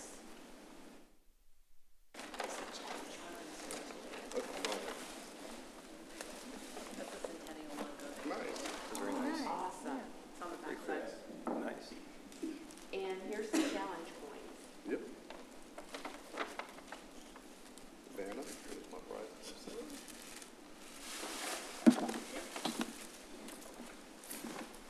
All right. So Brandon, we've known each other actually before I even got on council. We had some conversations before, and I tried really hard to think about an appropriate story that I could tell, and it was really hard to do. Some of the jokes you told me over the years, I can't do those either. But I do appreciate you. You've been my go-to when I have to have hard conversations about things. You've never shied away.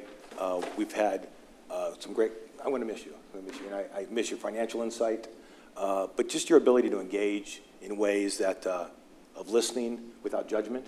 I really appreciate that. So I wanted to give this to you. Here is your Mayor Pro Tem placard. Congratulations. And from the Lewisville Police Department.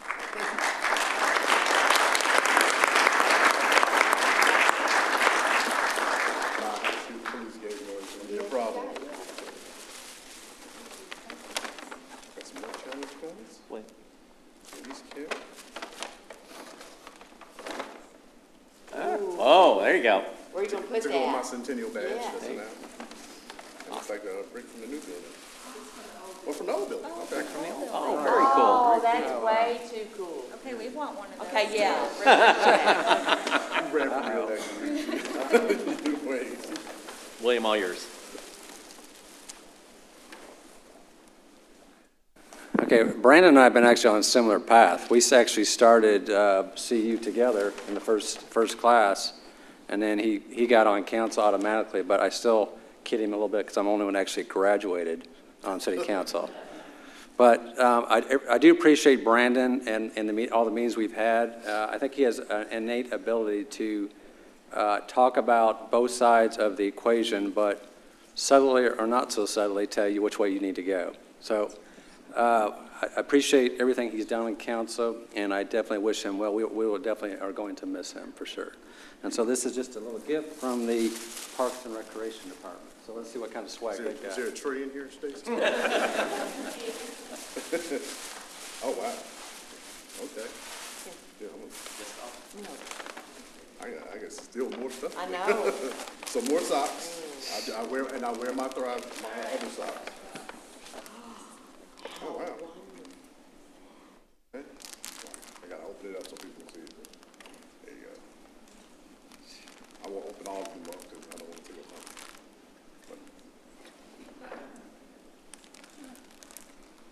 I have no problems hydrating. Yeah, well, oh, no. I can't play at it. Awesome. Okay. What's this towel? Okay. I'll use that on my coat. Ready to work out. I gotta go throughout this weekend. Thank you.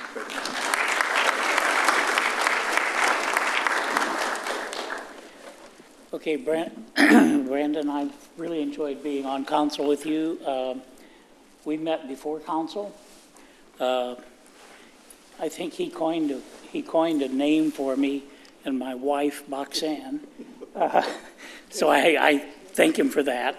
And I agree that your financial analysis ability has been greatly appreciated. So thank you for all you've done on council. Thank you, Bob. And this is for you being Library? in the library. Yep, I knew it.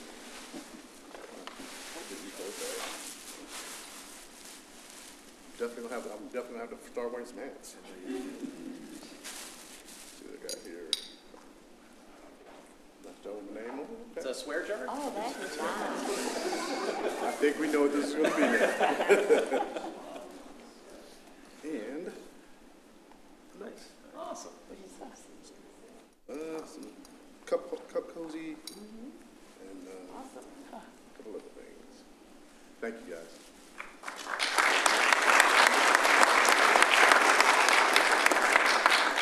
Okay, Brandon, I want you to come over here so I don't have to look backwards the whole time. So, so this is actually, I'm really jealous of this, actually. I want one of these too. That's pretty neat. So it's double-sided. This is from the Public Works Department for Brandon Jones Way. Yeah, so it's pretty cool. So I did want to just mention that, you know, your service started before 2015 because, you know, we both started on P&Z at the same time. I met Brandon when we were both getting sworn in to P&Z at the same time. And, you know, I was a little bummed whenever he went to council so soon afterwards because I really valued his input on planning and zoning. But it's been an honor and a pleasure to be able to sit next to you and you know, help make good decisions for this city for the last 6 years. You will be missed. I think I'm still in a little bit of denial that you're not going to be here next year, but you will be very missed, and we will have somebody else fill in for your Excel skills. And we hope, and we hope to see a lot of you still. Yeah, I'll be here. Yeah. Thank you. I want one of these.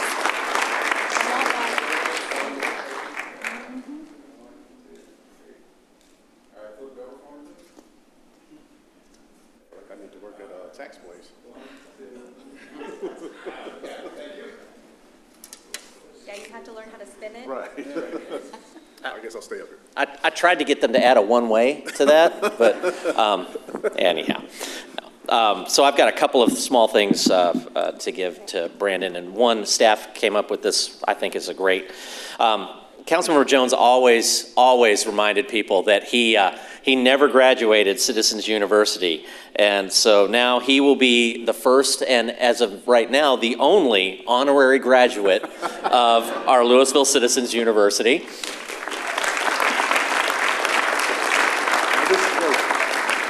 That's money. That's really good. We also have a plaque just with deep appreciation for your years of dedicated service to the city of Lewisville. Your leadership, vision, and unwavering commitment have left a lasting impact on our community. And I want to thank you for your distinguished service on the Lewisville City Council, your time as Mayor Pro Tem, and your tireless contributions. This is presented with sincere gratitude from the entire city of Lewisville, June 2025.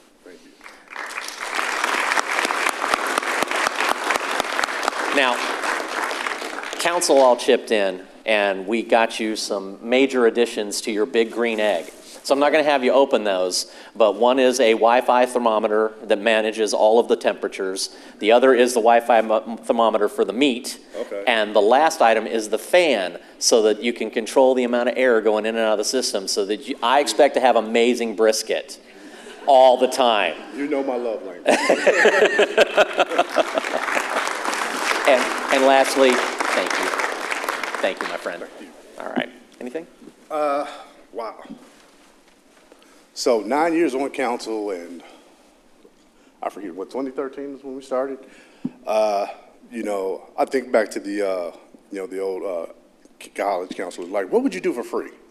And lo and behold, it was council, because when I first started, I was working for a school district, and our great Texas Constitution said, if you work for a school teacher and you're not a teacher, you cannot accept the pay. So I didn't. And the last 3 years I worked for SMU, and so instead of taking, I wasn't, you know, that big $50 wasn't going anywhere anyway, so I donated to the United Way of Dayton County.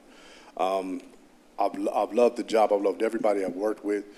The staff has been tremendous. I always defend them because, you know, people come there when they're upset about something, and rightfully so, but our staff works diligently to get stuff done. So, you know, as much as people either praise or tell the city council, you're not doing this right, the staff is always there to back us up and make us look good, and sometimes make us smarter than we actually are.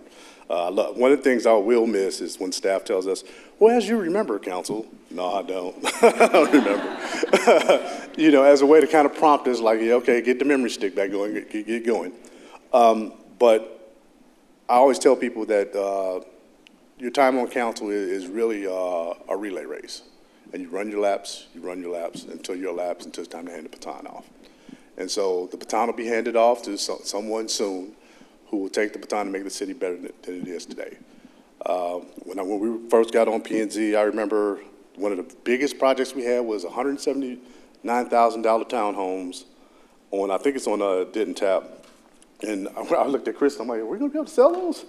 And sure enough, that was the beginning.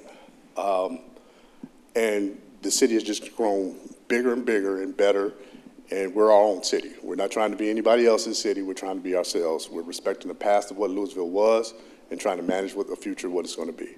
And I hope I've done proud by the residents of the city. I hope I haven't driven the staff too crazy. But I want to thank all my council members. I want to thank Mayor Gilmore. We've been on council together for the longest time. When he was a council member, when he was important back then. Now he's just the mayor. But and I give him grief all the time. That's what I'm going to miss the most. You know, let me go back before council. Let me go back to my first council meeting that I ever attended. I was upset about having to go out with my wife, well, then my fiance. All the time we had to go to Dallas somewhere to go eat somewhere special.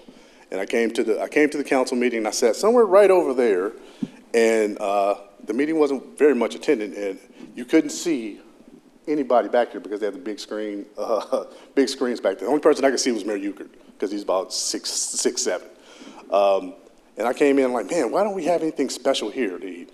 And in that meeting, I learned a couple things. One, they were building the 3 restaurants over there where the church is. So the first thought I had was, oh, it's a lot going on. Maybe I don't know everything that's going on. Maybe I want to ask some questions. And so I did. And so I came up, I met who was on council then, Neil Ferguson, who I helped with his campaign. I met Leroy Vaughn. And Tamara gives me a lot of credit for the Youth Action Council, but the genesis of that idea was his.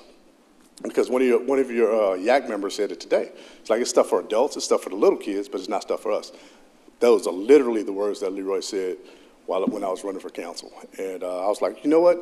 I'm going to take that idea and I'm going to run it. I'm going to get it across the finish line because Leroy passed while he was on council. And so I took that baton and I ran it forward. It's been a pleasure. I'm not leaving. I'm not going anywhere. I'll be here. I'll just be converting back to residence. I will be giving the council grief when it needs it. But I respect everybody on the council. We've had all kind of private conversations. I remember Bob when he was the eligible bachelor before Boxan, before she took charge. Patrick is always looking for the most transparency and the right way to do things, and I appreciate that, and he's not afraid to have different conversations and do something that people who like to say politicians don't do. He listens. He'll formulate. He'll still have his own ideas and thoughts, but he'll listen to it and he'll add that in. You know, William and I actually go back to Dallas ISD. Well, he doesn't work there, but we've worked in the same building for a while. And William, anything construction related, William is on it. So that's who I turn to all the time. And I had to make Kristen run because Kristen was like, I don't want to do this. I don't want to do this. But when Kristen was on P&Z, we held very firm to what the ideals of what the city wanted to do. And whenever she said something, I would sit there and listen. She talked about she listened to me. No, I listen to Kristen. I'm like, okay, well, no, that's fantastic. And I've always respected her opinion, her thoughts on things, and her attention to the details that some of us, myself, miss sometimes. Ronnie, what can I say about Ronnie? If you don't want to know the truth, don't ask Ronnie Cade, because Ronnie's going to let you know. And she gives it to you from her heart. She's a person who's very passionate about things, and I respect and love that about her. And, you know, I affectionately call her Auntie Ronnie because sometimes when Ronnie gets going, it's like, okay, slow down. She's like, no, I'm going to say, I'm like, okay. but no, I really do appreciate her. And like I said, TJ and I go back way back, all the way back to before I got on council. We started talking, and we met each other, and we become close over years. And we're not just colleagues; we're really friends. And I think in a city or in a country right now where we have all this divide, everybody on this dais has different political beliefs, different beliefs in life, but we all have one goal, and that's to do about right by the city of Lewisville. We take the job seriously, but not ourselves. And so I thank you guys for this honor. I'm very, very touched. I will be around. I'll find something to complain about. But no, seriously, thank you guys. It really means a lot. Thank you. Claire. hold on. No. I gotta, how did I forget this? So I can tell this story now because I couldn't tell it before. No, I'm not gonna tell you a secret musician name that you told us in Kansas City. I'm not gonna tell that name. No, but Claire was the one person who we hired that was in the bag for Claire the whole time. And I can say that unashamedly now because Claire had the vision, the idea, and she's the happy warrior to get stuff done for the city. And every person I've talked, without exception, has said what an excellent city manager she is. So we're very, very lucky to have her, and we want to keep her around for as many years as her husband will let her, and as long as she wants to be here. We need to keep her around because she keeps the city going, and she does it with a smile on her face. I can't not say that. Now I'm done. I'm sorry.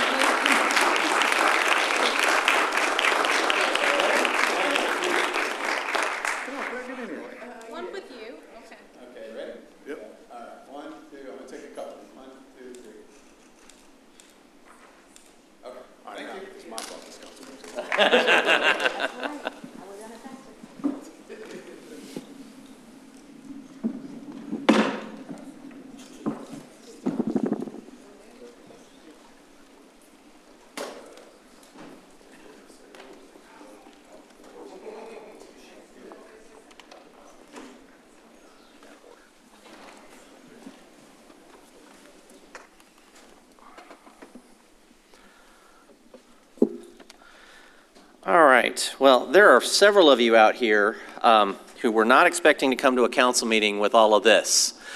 So with that being kept in mind, I'm going to go ahead and move our next item, which is a public hearing.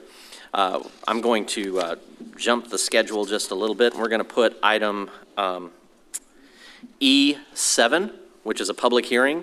It'll be our next thing on the agenda. So E7, public hearing, consideration of an ordinance amending ordinance number 0428-22-ZON to amend the planned development concept plan set forth in Exhibit 5B, the Realm Subdistrict concept plan thereto for 3.459 acres located south of the intersection of Essex Boulevard and Parker Road, FM 544, legally described as Castle Hills H3, Lot 2, Block A, as requested by McAdams on behalf of Brico Lands CH LLC, the property owner. Case number 24-04-2-PZ. Ordinance number 0428-22-ZON adopted a plan development for Castle Hills which included a concept plan and required a rezoning process for major amendments to the concept plan. The concept plan for this area is vague but indicates several lots or buildings around a cul-de-sac. Now a single mixed-use building is proposed. The base zoning district of General Business 2 district for this area is not changing. A similar request was denied on August of 2024. Since then, more information on sightlines, traffic, and community engagement. The primary concerns have been provided. The Planning and Zoning Commission recommended denial by a vote of 4-3 on April 15th, 2025. Since the Planning and Zoning Commission recommended denial, an affirmative vote of at least 3/4 of all members of the City Council is required to approve this request. The applicant has requested that the public hearing be continued to the May 19th, 2025 City Council meeting to provide additional time to prepare additional details related to the site and the proposed project. It's recommended that the City Council continue the public hearing to the May 19th, 2025 City Council meeting. We do have Richard Lutke, our Planning Director, available for questions, and the public hearing is now open. Now, if you are here to speak on this item, you can absolutely speak tonight. However, Council is going to move to push this to the 19th as requested by the developer. So we will have this conversation again on the 19th. So that is entirely up to you whether you want to say everything now and say it again next time, whether you want to reach out to council between now and then, however you want to deal with that. So I'm not asking anybody to abrogate their public right to comment. I just want to be cognizant of your time and also understanding that this is not going to be decided tonight. It will be pushed off until the 19th. So with that, I am going to read a few items into the record, just so that we have them. Let's see. Bear with me here. So I do have the following cards requesting to make their opinion known but asked not to speak. I have Tanya Lynn, who is in opposition. I have Herbert Batek, who is in opposition. I have Charles Hummer in opposition. Joyce Landry, opposition. William Priest, opposition to the changes. Zara Khan and Carlos Rivera, opposition. Corey Johnson, opposition. Patricia Hoff, in opposition. Kasich Rodriguez, in opposition. And Scott Johnson, in opposition. These will all be placed into the record so we know who they are, and council will absolutely have your information so that if they have questions, they can reach out to you. I do also have William Hepburn, Pam Bergeron, Lawrence McGuire, all in opposition. Brett Dockery, William Pomagil, my apologies on that. Karen Hahn, Nancy Hepburn, all in opposition. Renee Lawson, Suzanne Dunn, Phil Smiley, and John Platsky, opposition. Gary Vernasdell, Donna Vidal, and Ladena Piper, all in opposition. I have the following emails that came in. Falcon Garcia with an e-comment in opposition. Corey Johnson with an e-comment in opposition. Tracy Jacobs, opposition.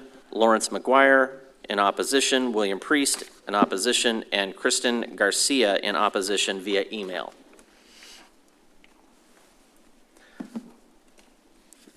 With that, I do have Mr. Eric Stanley, of course, is here and available to speak if needed, but of course he has asked for this to be pushed back to the 19th. And then I have the following 4 requests to speak in the visitors forum on E7. So again, you all are welcome to say your piece or however you want to deal with this, but again, there's an opportunity on the 19th. Mr. Tom Roche, you are here to speak in opposition. If you would like to come up to the and take your is it 5 minutes? I can't remember today. Okay, it'll be very short, but I'm going to defer to Georgia Smiley for my part. Okay, I'd need you to come to the front and state your name and address for the record, please. Thank you. Sorry. Thomas Roach, 2812 100 Knights Drive. Thank you for council for your time tonight. I'm going to defer my comments to the 19th and let Georgia Smiley say a few words now. Gotcha. Thank you, sir. Thank you. I do have a card from Georgia Smiley, so Georgia, if you'd like to join us. And again, please name and address for the record. Georgia Smiley, 401 Crown of Gold. So we are, as a residential group, we are going to defer all of our speaking to the May 19th since you will not be voting on anything tonight, so we're not going to waste your time either. But I do want to ask the first question of the council is, we'd like to know how many people, how many oppositions that you received, if we could have a count of that. We can make sure that gets to you. Okay. Should they go straight to you? I'm sorry, what? Would you like that sent to you sure. and you could distribute? Yes, yeah, so we'd like to know how many you received in opposition. But then the only thing I do want to say tonight is I'd like for you to see, if you're a resident of the reserve neighborhood, would you please stand up? Okay, so we do come in force. We do all oppose this development, and we will speak in detail at the May 19th meeting. I do know that, thank you, y'all can all sit down now. I do want to bring one point, because I know one item that you'll be talking about tonight is the north side of Castle Hills. And I do think the council needs to be aware, while we don't live on the north side of Castle Hills, it's all kind of tied to this round development that we're a part of.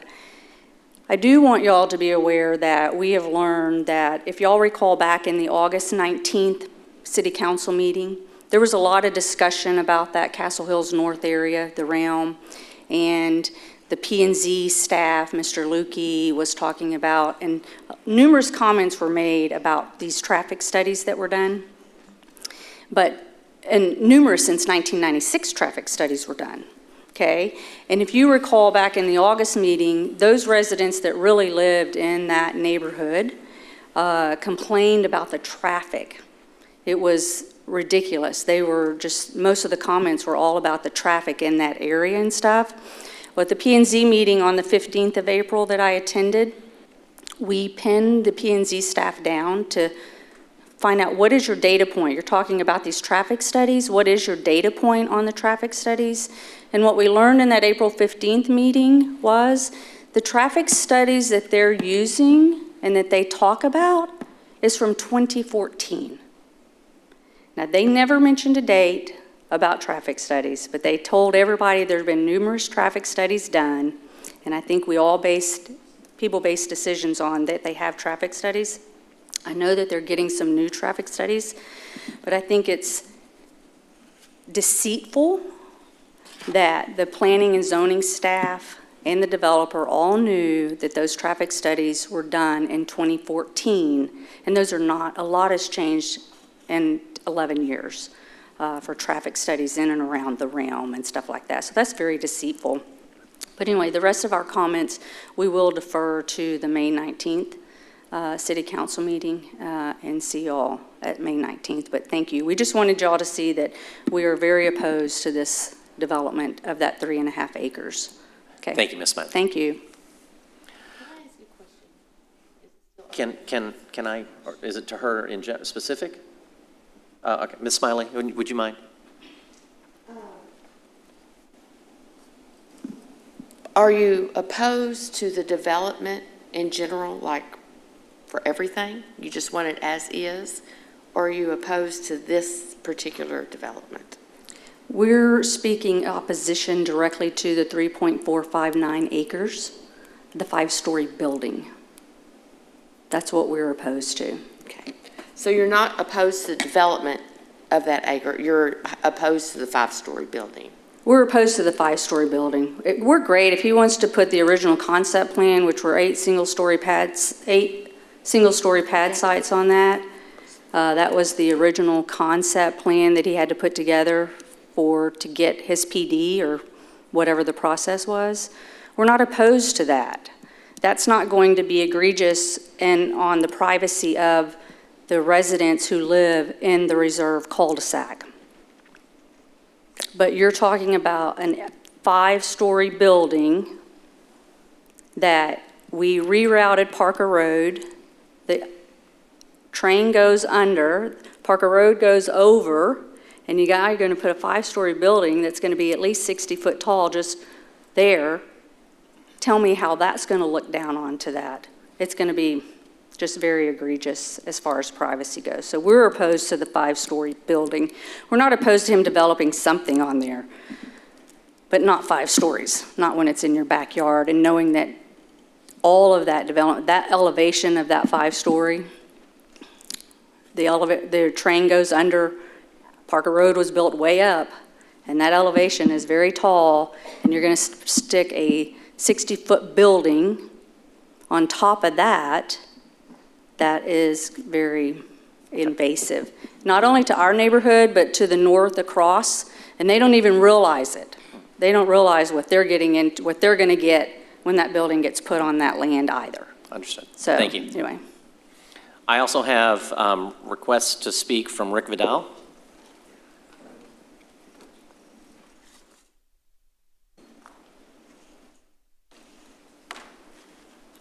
Good evening. It's Rick Vidal, 2801 109th Drive. And I want to thank Georgia for her comments. I think they're spot on. And one of the things I wanted to enter into the record, if I can approach and hand this.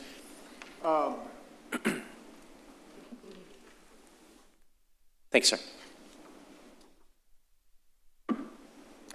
That is a photograph of an existing home and an existing 5-story apartment building in the realm, just off of 121. And there's no trickery there. That's shot with a 50mm lens on a 35mm camera, which is the closest perspective to the human eye. So it gives you a good depth of field feel for what that is. And that's what we would be looking at. It's a little over 200 feet from the backside of that home to the building. So you're doing this, and they're doing that. So may I ask you something? Yes, ma'am. The ground level it looks like the elevation is equal. They're the same. It's very, very, very close. So it's the same from the ground up. Richard, what is the elevation of the ground level in reference to the railroad track and to Parker Road and stuff? It's not the same level. I believe the railroad track is approximately 20 feet. Like I said, I'm kind of guessing right now. But doesn't it go down into a bowl? It goes down, then it comes back up, and then Parker Road that is elevated even higher than that. So this, I'm trying to get to the point where the ground floor of this 5-story building, it's not on the same plane as the houses. It's down. No. Is that not? It's up. I think it's currently about the same or slightly higher, but the plans, the site would need to be graded and engineered. And from what I understand, the design is going to be bringing that down somewhat. So today, the ground level where that building site is almost 15 feet or about 15 feet higher than my lot. And so the railroad tracks are between me and that building site. The railroad tracks are about 15 feet depressed below grade. So we don't, literally the tracks are from me to you into my driveway. I can't see the trains, so it's that low. But the building site is 15 feet higher than me. So when I'm at my second story office window, I'm looking right level with the ground of that building site. Just to give some perspective. So the plans are to excavate that in which way? The finished floor would be brought down. The current elevation is the remnants of the old road bed that used to go through, old 544. So nothing has been done to the site. Again, the site would have to go through an engineering site plan to establish a finished floor, and I believe some preliminary studies showing that finished floor elevation will be lower than what that ground level is today. Thank you. Yeah, and to also touch on what Georgia said, we don't oppose development of that plot. I mean, it's his property, and we can't say, no, you cannot build there. What we do oppose is building a 5-story apartment building, literally in our backyard. And, that photograph, I think, shows a very good representation of what it would be like to have that in our backyard. So, thank you very much. Thank you for your time. Council, with that, I'll entertain a motion to continue the public hearing to the May 19th council.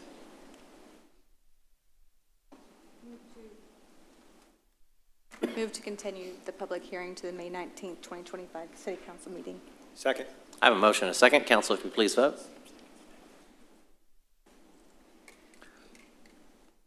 I believe the motion passed unanimously, but my screen has disappeared. There we go. Motion passes unanimously. We will postpone or continue this public hearing on May 19th.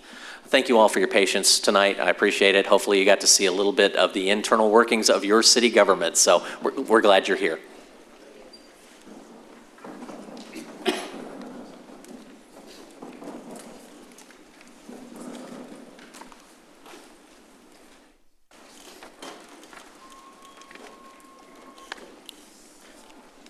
All right, we're going to move back up to item E1, public hearing, consideration on ordinance granting a special use permit for an accessory building, accessory structure greater than 800 square feet on 0.54 acres, legally described as Timber Creek Acres, Lot 1, Block C, located at 1010 Timber Creek Drive, zone single-family residential, 18,000 square foot lot. District R18 is requested by Noel Gallen, the applicant, on behalf of Regino Blanco, the property owner, case number 25-02-2-SUP.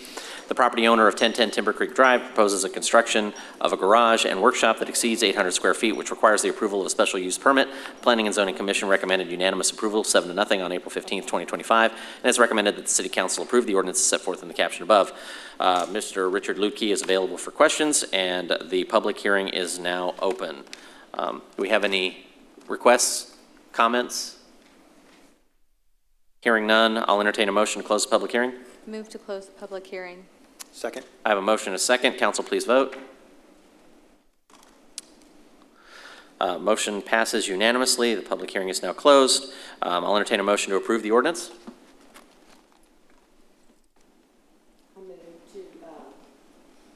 Approve the ordinance as written in the CAD.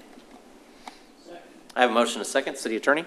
This is an ordinance of the Lewisville City Council amending the zoning ordinance by granting a special use permit for accessory building over 800 square feet on approximately 0.54 acres, legally described as Timber Creek Acres Addition, Lot 1, Block C, located at 1010 Timber Creek Drive and zoned single-family residential 18,000 square foot lot, R18 district, providing for a savings clause repeal or severability, penalty, and an effective date, and declaring an emergency. Council, if you please vote. Motion passes unanimously. Item E2, public hearing, consideration of an ordinance granting a zone change from light industrial district to single-family residential, 7,500 square foot lot, R7.5 district on 0.29 acres, legally described as Lot 4E, Block 10, Mackenzie-Hembry Edition, located at 674 Hardy Street, as requested by the City of Lewisville, case number 2502-5-Z. The city-initiated request is based on input from neighborhood meetings in the Mackenzie-Hembry neighborhood and one-on-one meetings with the family of the record owners of 674 Hardy Street. The property was part of 28 acres rezoned from single-family residential to light industrial in 1974. The lot is currently vacant. The Planning and Zoning Commission recommended unanimous approval, 7-0, on April 15th, 2025, and it's recommended that the City Council approve the ordinance set forth in the caption above. We have Mr. Richard Lutke, our Planning Director, available for questions, and the public hearing on this is now open. Any comments or questions? Hearing none, I'll entertain a motion to close the public hearing. Motion to close the public hearing. Second. I have a motion and a second. Council, if you would please vote. Motion to close the public hearing passes unanimously. Council, I will entertain a motion to approve the ordinance. Move to approve the ordinance. Second. I have a motion and a second. City Attorney? This is an ordinance of the Lewisville City Council amending the zoning ordinance by rezoning approximately 0.29 acres of land legally described as Mackenzie-Hembry Addition, Lot 4E, Block 10, located at 674 Hardy Street, from light industrial LI district zoning to single-family residential 7,500 square foot lot, R7.5 district zoning, correcting the official zoning map, preserving all other portions of the zoning ordinance, determining that the zoning amendment herein made promotes the health, safety, and general welfare of the city, providing for a savings clause, repealer, severability, a penalty, and an effective date, and declaring an emergency. Council, if you'd please vote. Motion passes unanimously. Item 3, public hearing, consideration of an ordinance granting a zone change from light industrial district to single-family residential, 7,500 square foot lot, R75 district, on 0.11 acres, legally described as Lot 1C, Block 9, Mackenzie-Hembry Addition, located at 635 Willow Street, as requested by the City of Lewisville, case 25021Z. The city-initiated request is based on input from neighborhood meetings in the Mackenzie-Hembry neighborhood and one-on-one meetings with one of the owners of 635 Willow Street. The property was part of 28 acres rezoned from single-family residential to light industrial in 1974. The property contains a single-family home. The Planning and Zoning Commission recommended unanimous approval, 7-0, on April 15th, 2025, and it is recommended that the City Council approve the ordinance as set forth in the caption above. Mr. Richard Lutke, our Planning Director, is available for comments or questions, and the public hearing is now open. If there's no questions or comments, I'll entertain a motion to close the public hearing. Move to close the public hearing. Second. I have a motion and a second. Council, please vote. Public hearing is now closed by unanimous vote. Council, I will now entertain a motion to approve the ordinance. Move to approve the ordinance as set forth in the caption. Second. I have a motion and a second. City Attorney? This is an ordinance of the Lewisville City Council amending the zoning ordinance by rezoning approximately 0.11 acres of land legally described as Mackenzie-Hembry Addition, sorry, I lost my place. Addition, Lot 1C, Block 9, located at 635 Willow Street, from light industrial LI district zoning to single-family residential 7,500 square foot lot, R-7.5 district zoning, correcting the official zoning map, preserving all other portions of the zoning ordinance, determining that the zoning amendment herein made promotes the health, safety, and general welfare of the city, providing for a savings clause, repealer, severability, and a penalty, and an effective date, and declaring an emergency. Council, if you please vote. Motion passes unanimously. Item 4, public hearing, consideration of an ordinance granting a zone change from light industrial district to single-family residential, 7,500 square foot lot, District R7.5 on 0.21 acres, legally described as a portion of Lot 1D, Block 9, Mackenzie-Hembry Addition, located at 630 Willow Street, as requested by the City of Lewisville, case 2502-4-Z. The city-initiated request is based on input from neighborhood meetings in the McKenzie-Hembry neighborhood and one-on-one meetings with the family of the record owner of 630 Willow Street. The property was part of 28 acres rezoned from single-family residential to light industrial in 1974. The lot is currently vacant. The Planning and Zoning Commission recommended unanimous approval 7-0 on April 15th, 2025, and it's recommended that the City Council approve the ordinances set forth in the caption above. Mr. Richard Lukey, our Planning Director, is available for questions, and the public hearing is now open. Council, if there are no questions or comments, I'll entertain a motion to close the public hearing. Move to close the public hearing. Second. I have a motion and a second. Council, if you please vote. Public hearing is now closed by unanimous vote. I will entertain a motion to approve the ordinance. Move to approve the ordinance. Second. I have a motion and a second. City Attorney?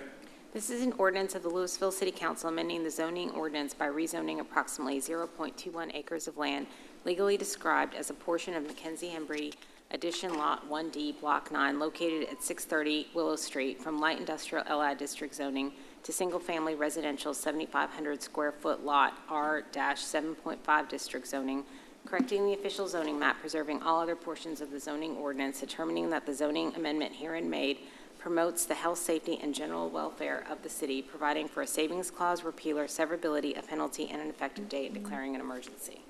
Council, if you please vote.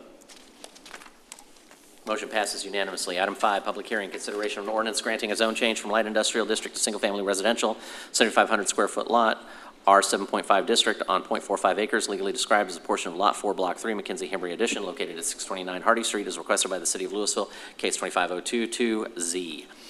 The city-initiated request is based on input from neighborhood meetings in the McKenzie-Hembry neighborhood and one-on-one meetings with the family of the record owner of 629 Hardy Street. The property was part of 28 acres rezoned from single-family residential to light industrial in 1974. The property contains 2 tracts and a single-family home. The Planning and Zoning Commission recommended unanimous approval 7-0 on April 15th, 2025, and has recommended that the City Council approve the ordinance set forth in the caption above. Richard Lukey, our Planning Director, is available for questions.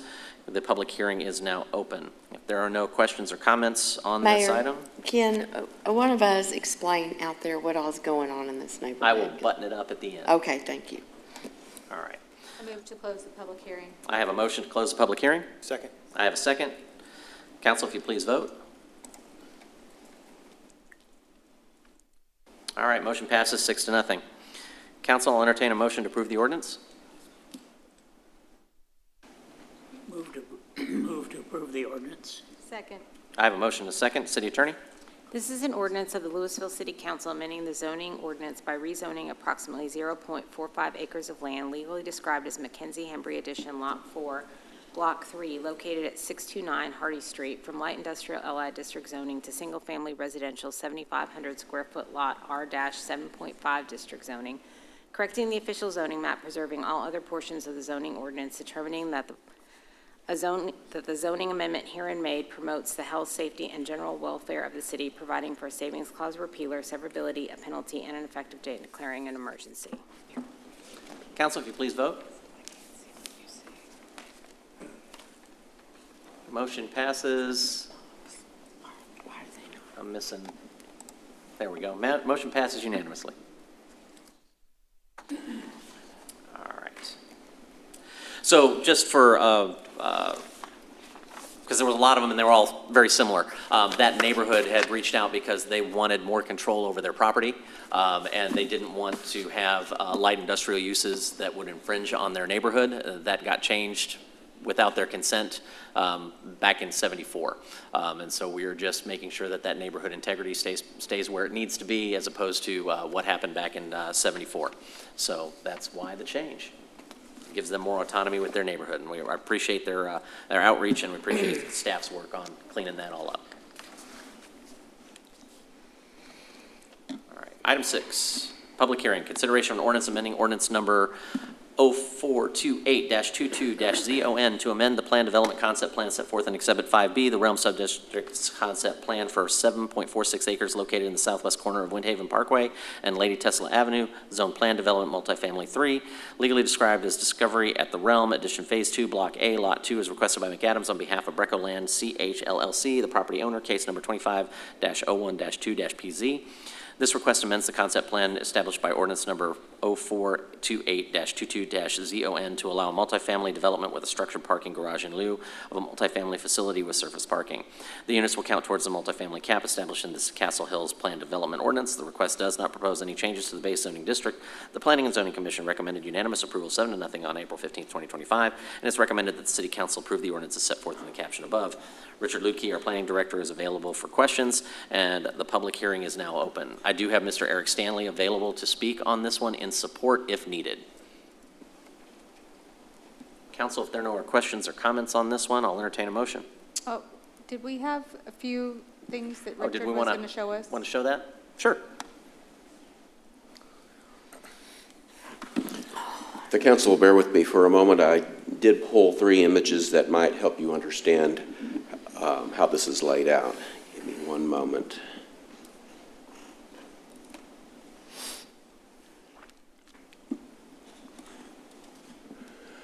Okay, on this image, this is the concept plan for the Realm subdistrict of Castle Hills. The area in pink is the area of item number 6, the 7-acre site at the southwest corner of Windhaven Parkway and Lady Tasala. Now, the larger area in blue is the area that was approved for a concept plan amendment on November 4th of 2024. And what that did, that added the townhome area here north of Lady Tasala, and it rearranged some of the multifamily with a more defined open space along the north side of Lady Tasala. Then finally, in the area shown in yellow near the bottom of the image was item number 7 that was continued to the May 19th meeting. Now, I've got some before and after photos. So the current concept, this is a little grainy. It is black and white. I did not have the ability to do any outlining, but this is the 7-acre site, 7.46 acre site. As you can see, it's all surface parking. This is a proposed multifamily development. And in Castle Hills, particularly the Realm, these concept plans only show building footprints and circulation in the form of streets, fire lanes, and parking areas. As you can see, the white areas are the parking areas, and it appears to be in an arrangement of about 8 garden-style multifamily buildings. And I will close this one out to show you the after, or the proposed. Bushy.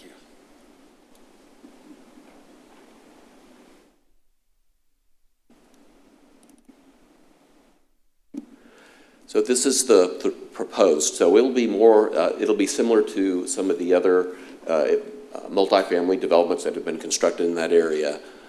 And let me go ahead and minimize this a little bit more so you can see the entire image. So you'll see a structured parking garage near the center. And as you can see, there is a courtyard surrounded by units on the northern side. And then, of course, these units wrap around the eastern side of the parking garage and on the southern side. So more of a urban, larger scale building, more walkable, really kind of conceals the parking. And that seems to be an arrangement that is a lot more popular nowadays. And so Richard, what on the bottom of this slide, and it has the building kind of has two, is that 2 little courtyard areas there? And yes, here and here, yes. Okay. This is the actual building right in here. Okay. And those would be open courtyard areas where the units face. Okay. So this is going basically from a garden style to a 5-story wrap. An urban wrap, yes. With is that a pool? It could be a pool. And again, the concept plan doesn't really get that detailed. I would imagine there would probably be a pool. Almost all of these urban wrap style multifamily developments have a pool area and multiple other areas designated for the residents as amenities. Richard, I appreciate tremendously you pulling these together kind of last minute, just so I could have a better understanding of what we're looking at. I thank you so much. You're welcome. Any other questions or comments? I'm sorry, I do have one quick question. Can you bring that back up, please, Richard? Sure. The proposed concept plan? Yes, please. This is just curiosity, and there's not a right or wrong answer. I'm just curious. That dog park, that comes up fairly often in Castle Hills. Is that a public dog park, or is that specifically an amenity for the apartment complex? Typically, it's an amenity, but that will be up to the Fair enough. developer. Okay. Yep. All right. Thank you.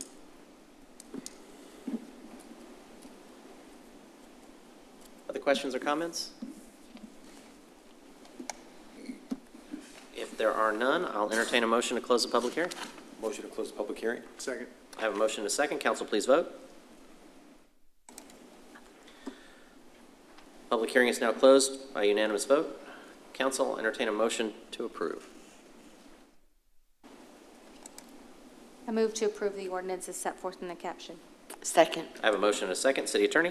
This is an ordinance of the Lewisville City Council amending the zoning ordinance by amending ordinance number 0428-22-0N to amend the plan development concept plan set forth in Exhibit 5B, the Realm Subdistrict Concept Plan, thereto by amending the concept plan for 7.46 acres located on the southwest corner of the intersection of Windhaven Parkway and Lady Tasala Avenue, legally described as Discovery at the Realm Edition, Phase 2, Block A, Lot 2, correcting the list of existing plan development districts, preserving all other portions of the zoning ordinance, determining that the zoning amendment herein made promotes the health, safety, and general welfare of the city, providing for a savings clause repealer, severability, a penalty, and an effective date, and declaring an emergency.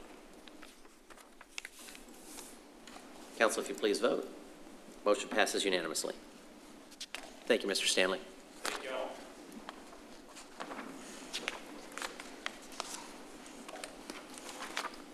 Item F, Visitor Citizens Forum. Speakers must address their comments to the mayor rather than to individual council members or staff. Speakers should speak clearly and state their name and address prior to beginning their remarks. Speakers will be allowed 5 minutes for testimony. Speakers making personal, impertinent, profane, or slanderous remarks may be removed from the meeting. Unauthorized remarks from the audience, stamping of feet, whistles, yells, clapping, and similar demonstrations will not be permitted. In accordance with the Texas Open Meetings Act, the City Council is restricted from discussing or taking action on items not listed on the agenda. Action can only be taken at a future meeting. I do have one request to speak for the Visitors Forum from Mr. Ernest Lindberger. Name and address for the record, please, sir. My name's Ernest Leinberger, and I live at 1701 West Point Drive in Carrollton, Texas. So thank you all very much. I really enjoyed visiting with you this evening and seeing so much. It was a lot more than the business meeting that I bargained for, and it was very exciting to see the personal side of all of you. But hopefully my remarks share some of that emphasis. So I'm Ernest Leinberger, a retired naval officer living in Denton County, a 29-year employee of Texas Instruments, and a Democratic candidate for a seat in the U.S. House of Representatives. I hold each of you in very high regard as office holders within the city of Lewisville and for the good you manage for our community. I participate actively with Christian Community Action of Lewisville, United Way of Denton County, and more. I'm on the board for SPAN, Meals on Wheels of Denton County. With these activities and others, I work to put people's needs first. I think you do the same. My intention is to become your next congressman in the U.S. House of Representatives by way of the 2026 election cycle. My motivation is to be of service to the people. I'm here tonight to further my awareness of the successes and needs of our community. My ears are open. I'm looking and listening. Your input is welcome and appreciated. If I can be of any help or service, please let me know. For the record, I'm extremely disappointed in the growing disruption to government services and support at the federal level for seniors, veterans, the economically less fortunate, and the basic framework of our Constitution. As you know, building solid infrastructure takes money, time, and effort. The benefits can be lost so quickly without proper management by real statesmen with full understanding of stewardship and consequences. Our community is reacting and rejecting the actions they see at the national level that degrade our intricate social safety net and harm our national reputation. I believe in setting aside party politics and working together to do all that is in our power to serve our entire community, starting with those less fortunate. I have been blessed to serve in organizations with high ethical standards and values that make sense in all parts of life, not just work. Respect and inclusion, health and safety, using resources responsibly, confidential information protection, avoiding conflicts of interest, and providing a respectful and inclusive environment. I salute you for all that you have done to work to these standards. I encourage all to do more. In closing, thank you for all that you have done for our entire community. I'm Ernest Lineberger, a veteran, a neighbor, an engineer, and a candidate for the U.S. House of Representatives for this district. Thank you for this opportunity to speak. Thank you, sir.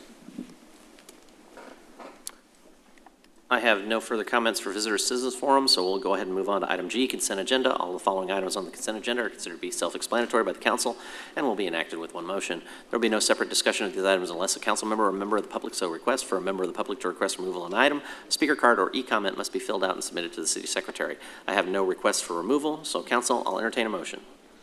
Move to approve. Second. I have a motion and a second to approve the consent agenda as presented. Council, if you'd please vote. Motion passes unanimously. Item H, regular hearing, number 15, consideration of a resolution of the City Council of the City of Lewisville, Texas, appointing a primary representative to the Regional Transportation Council to replace Councilmember Brandon Jones and providing for an effective date. The Regional Transportation Council of the North Central Texas Council of Governments allocates seats on the council by region and city population. Lewisville is in a cluster region along with Highland Village, Justin, Flower Mound, and North Lake. The appointee is required to be an elected official who serves on the governing body they represent. This cluster's current primary representative to the RTC is Councilmember Brandon Jones. Councilmember Jones did not run for re-election and thus shall no longer serve on the Lewisville City Council upon the election of his successor. It's recommended that the City Council provide the resolution appointing a primary representative to the RTC as set forth in the caption above. And then we need a date for that. That'll be, we got an idea on that? Are you talking, so when Right. when he stops being on it? Right. I'm assuming, Councilmember we Jones, would you're going to keep attending until. Sure, the last, sorry, the last meeting will be, that I, when is the election, the runoff election? June 7th. So there will be a meeting on the 12th, so I can stay on until, I can do the May meeting. The May meeting, okay, so. There's no May meeting. For Oh, yeah, RTC? they did Yeah, cancel that's it, right, yeah, there's no May, so. So really, it can be effective immediately. So if it could be effective immediately. Okay, so we don't need a date. All right. Council, I talked with Councilmember Jones, or not Councilmember Jones, Councilmember Green. I'm steering down that side, and I got you two mixed up. I don't know what I did. And Councilmember Meredith, both had expressed some interest, but also there was a lot of calendar juggling that was going to have to take place. It is something that I will be able to do starting in June, so I'm more than happy to take that on if council so chooses. Are you ready for a motion? I'm ready for a motion. Okay, I move to approve the resolution appointing Mayor T.J. Gilmore as primary representative to the Regional Transportation Council as set forth in the caption, effective immediately. Second. All right, I have a motion and a second. Council, please vote. Passes unanimously. Thank you very much. All right, next up, item I, reports. Reports about items of community interest regarding which no action will be taken. We're going to start to my right. Councilmember Meredith. Maybe. No reports. Councilmember Troy? No report? Okay, thank you, sir. I just have a quick word for Councilman Jones. I don't have any city attorney swag, so I couldn't give you anything. But I wanted you to know that it's been amazing working with you over the years. You've led this city with kindness and intelligence and respect. And everyone's talked about the lasting impression you've made on the city, but I want you to know you've made a lasting impression on me, and I've enjoyed working with you. City Secretary? Officer, thank you. Nothing? Anything? Nothing? Nothing? Nothing? I know we got a lake level. We absolutely do. Thanks to the recent rain, we're back up to 100% full. Oh, wow. Oh, okay. Nothing? Gina? Chief? Just real quick, not so much a report, but acknowledgement. About every year about this time, Stacy has to walk me back from the ledge regarding the no-mow zones. And if you haven't had a chance to go look at the one out on Garden Ridge, it's absolutely spectacular. So anyway, take a look. The Facebook is now lit up with these photos out there, and it is something special to look at. So I'm a believer. Maybe some other place we got to still look at a little bit, but the one on Garden Ridge is absolutely amazing to look at. So get out there and take a look at that when you get a chance. Gorgeous. I feel like instead of doing bluebonnet pictures, we need to do the Exactly. Indian blanket pictures because they are so amazing on the north end. And I will say Valley Ridge is on its way too, because Yeah, it is. between last year and this year, very noticeable difference. But you know what, it's past my bedtime, and I think I've reached my word limit in this meeting, so no report. I've said enough today. Councilor Kate? Yes. I want to take this time to thank all of you. The last 14 days have been life-changing and life-impacting for our dear friend, Ms. Mitchell, and others behind the scenes every day. Since the 21st, something has happened to somebody.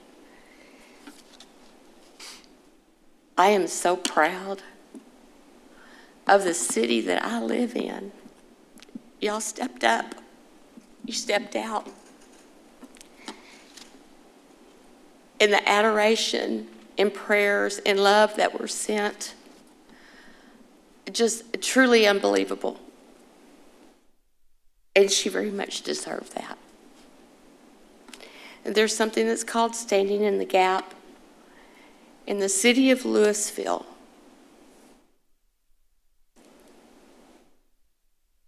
has it down to a well-oiled machine. And from the bottom of my heart, I thank you. That's it. Anything? It's hard to follow that one because it was a rough week. So I'm very proud of the community and how everybody pulled together. It was pretty amazing. I was proud to be a very, very small part of that. I do want to make a quick reminder to some folks. This is the time of year when you start hearing things like, the lake's 100% full. Why do we have water restrictions? Because the rains stop and we run out of water if we just use it willy-nilly. So yes, the water restrictions are there for a reason. Quite frankly, most of your plants don't need any watering at this time of year anyway because we're getting so much of it. But if you're asking why, the reason why is pretty simple, because the lake is not an infinite resource and we have to manage what we have today so we will have it tomorrow. With that, we will go ahead and move into closed session. So in accordance with Texas Government Code Subchapter D, Section 551.071, consultation with attorney, legal issues related to the Texas Housing Finance Corporation Act, Texas Local Government Code 394.001, and the associated tax exemptions, Section 551.072, real estate, property acquisition, and Section 551.087, economic development, deliberation regarding economic development negotiations. We're in closed session.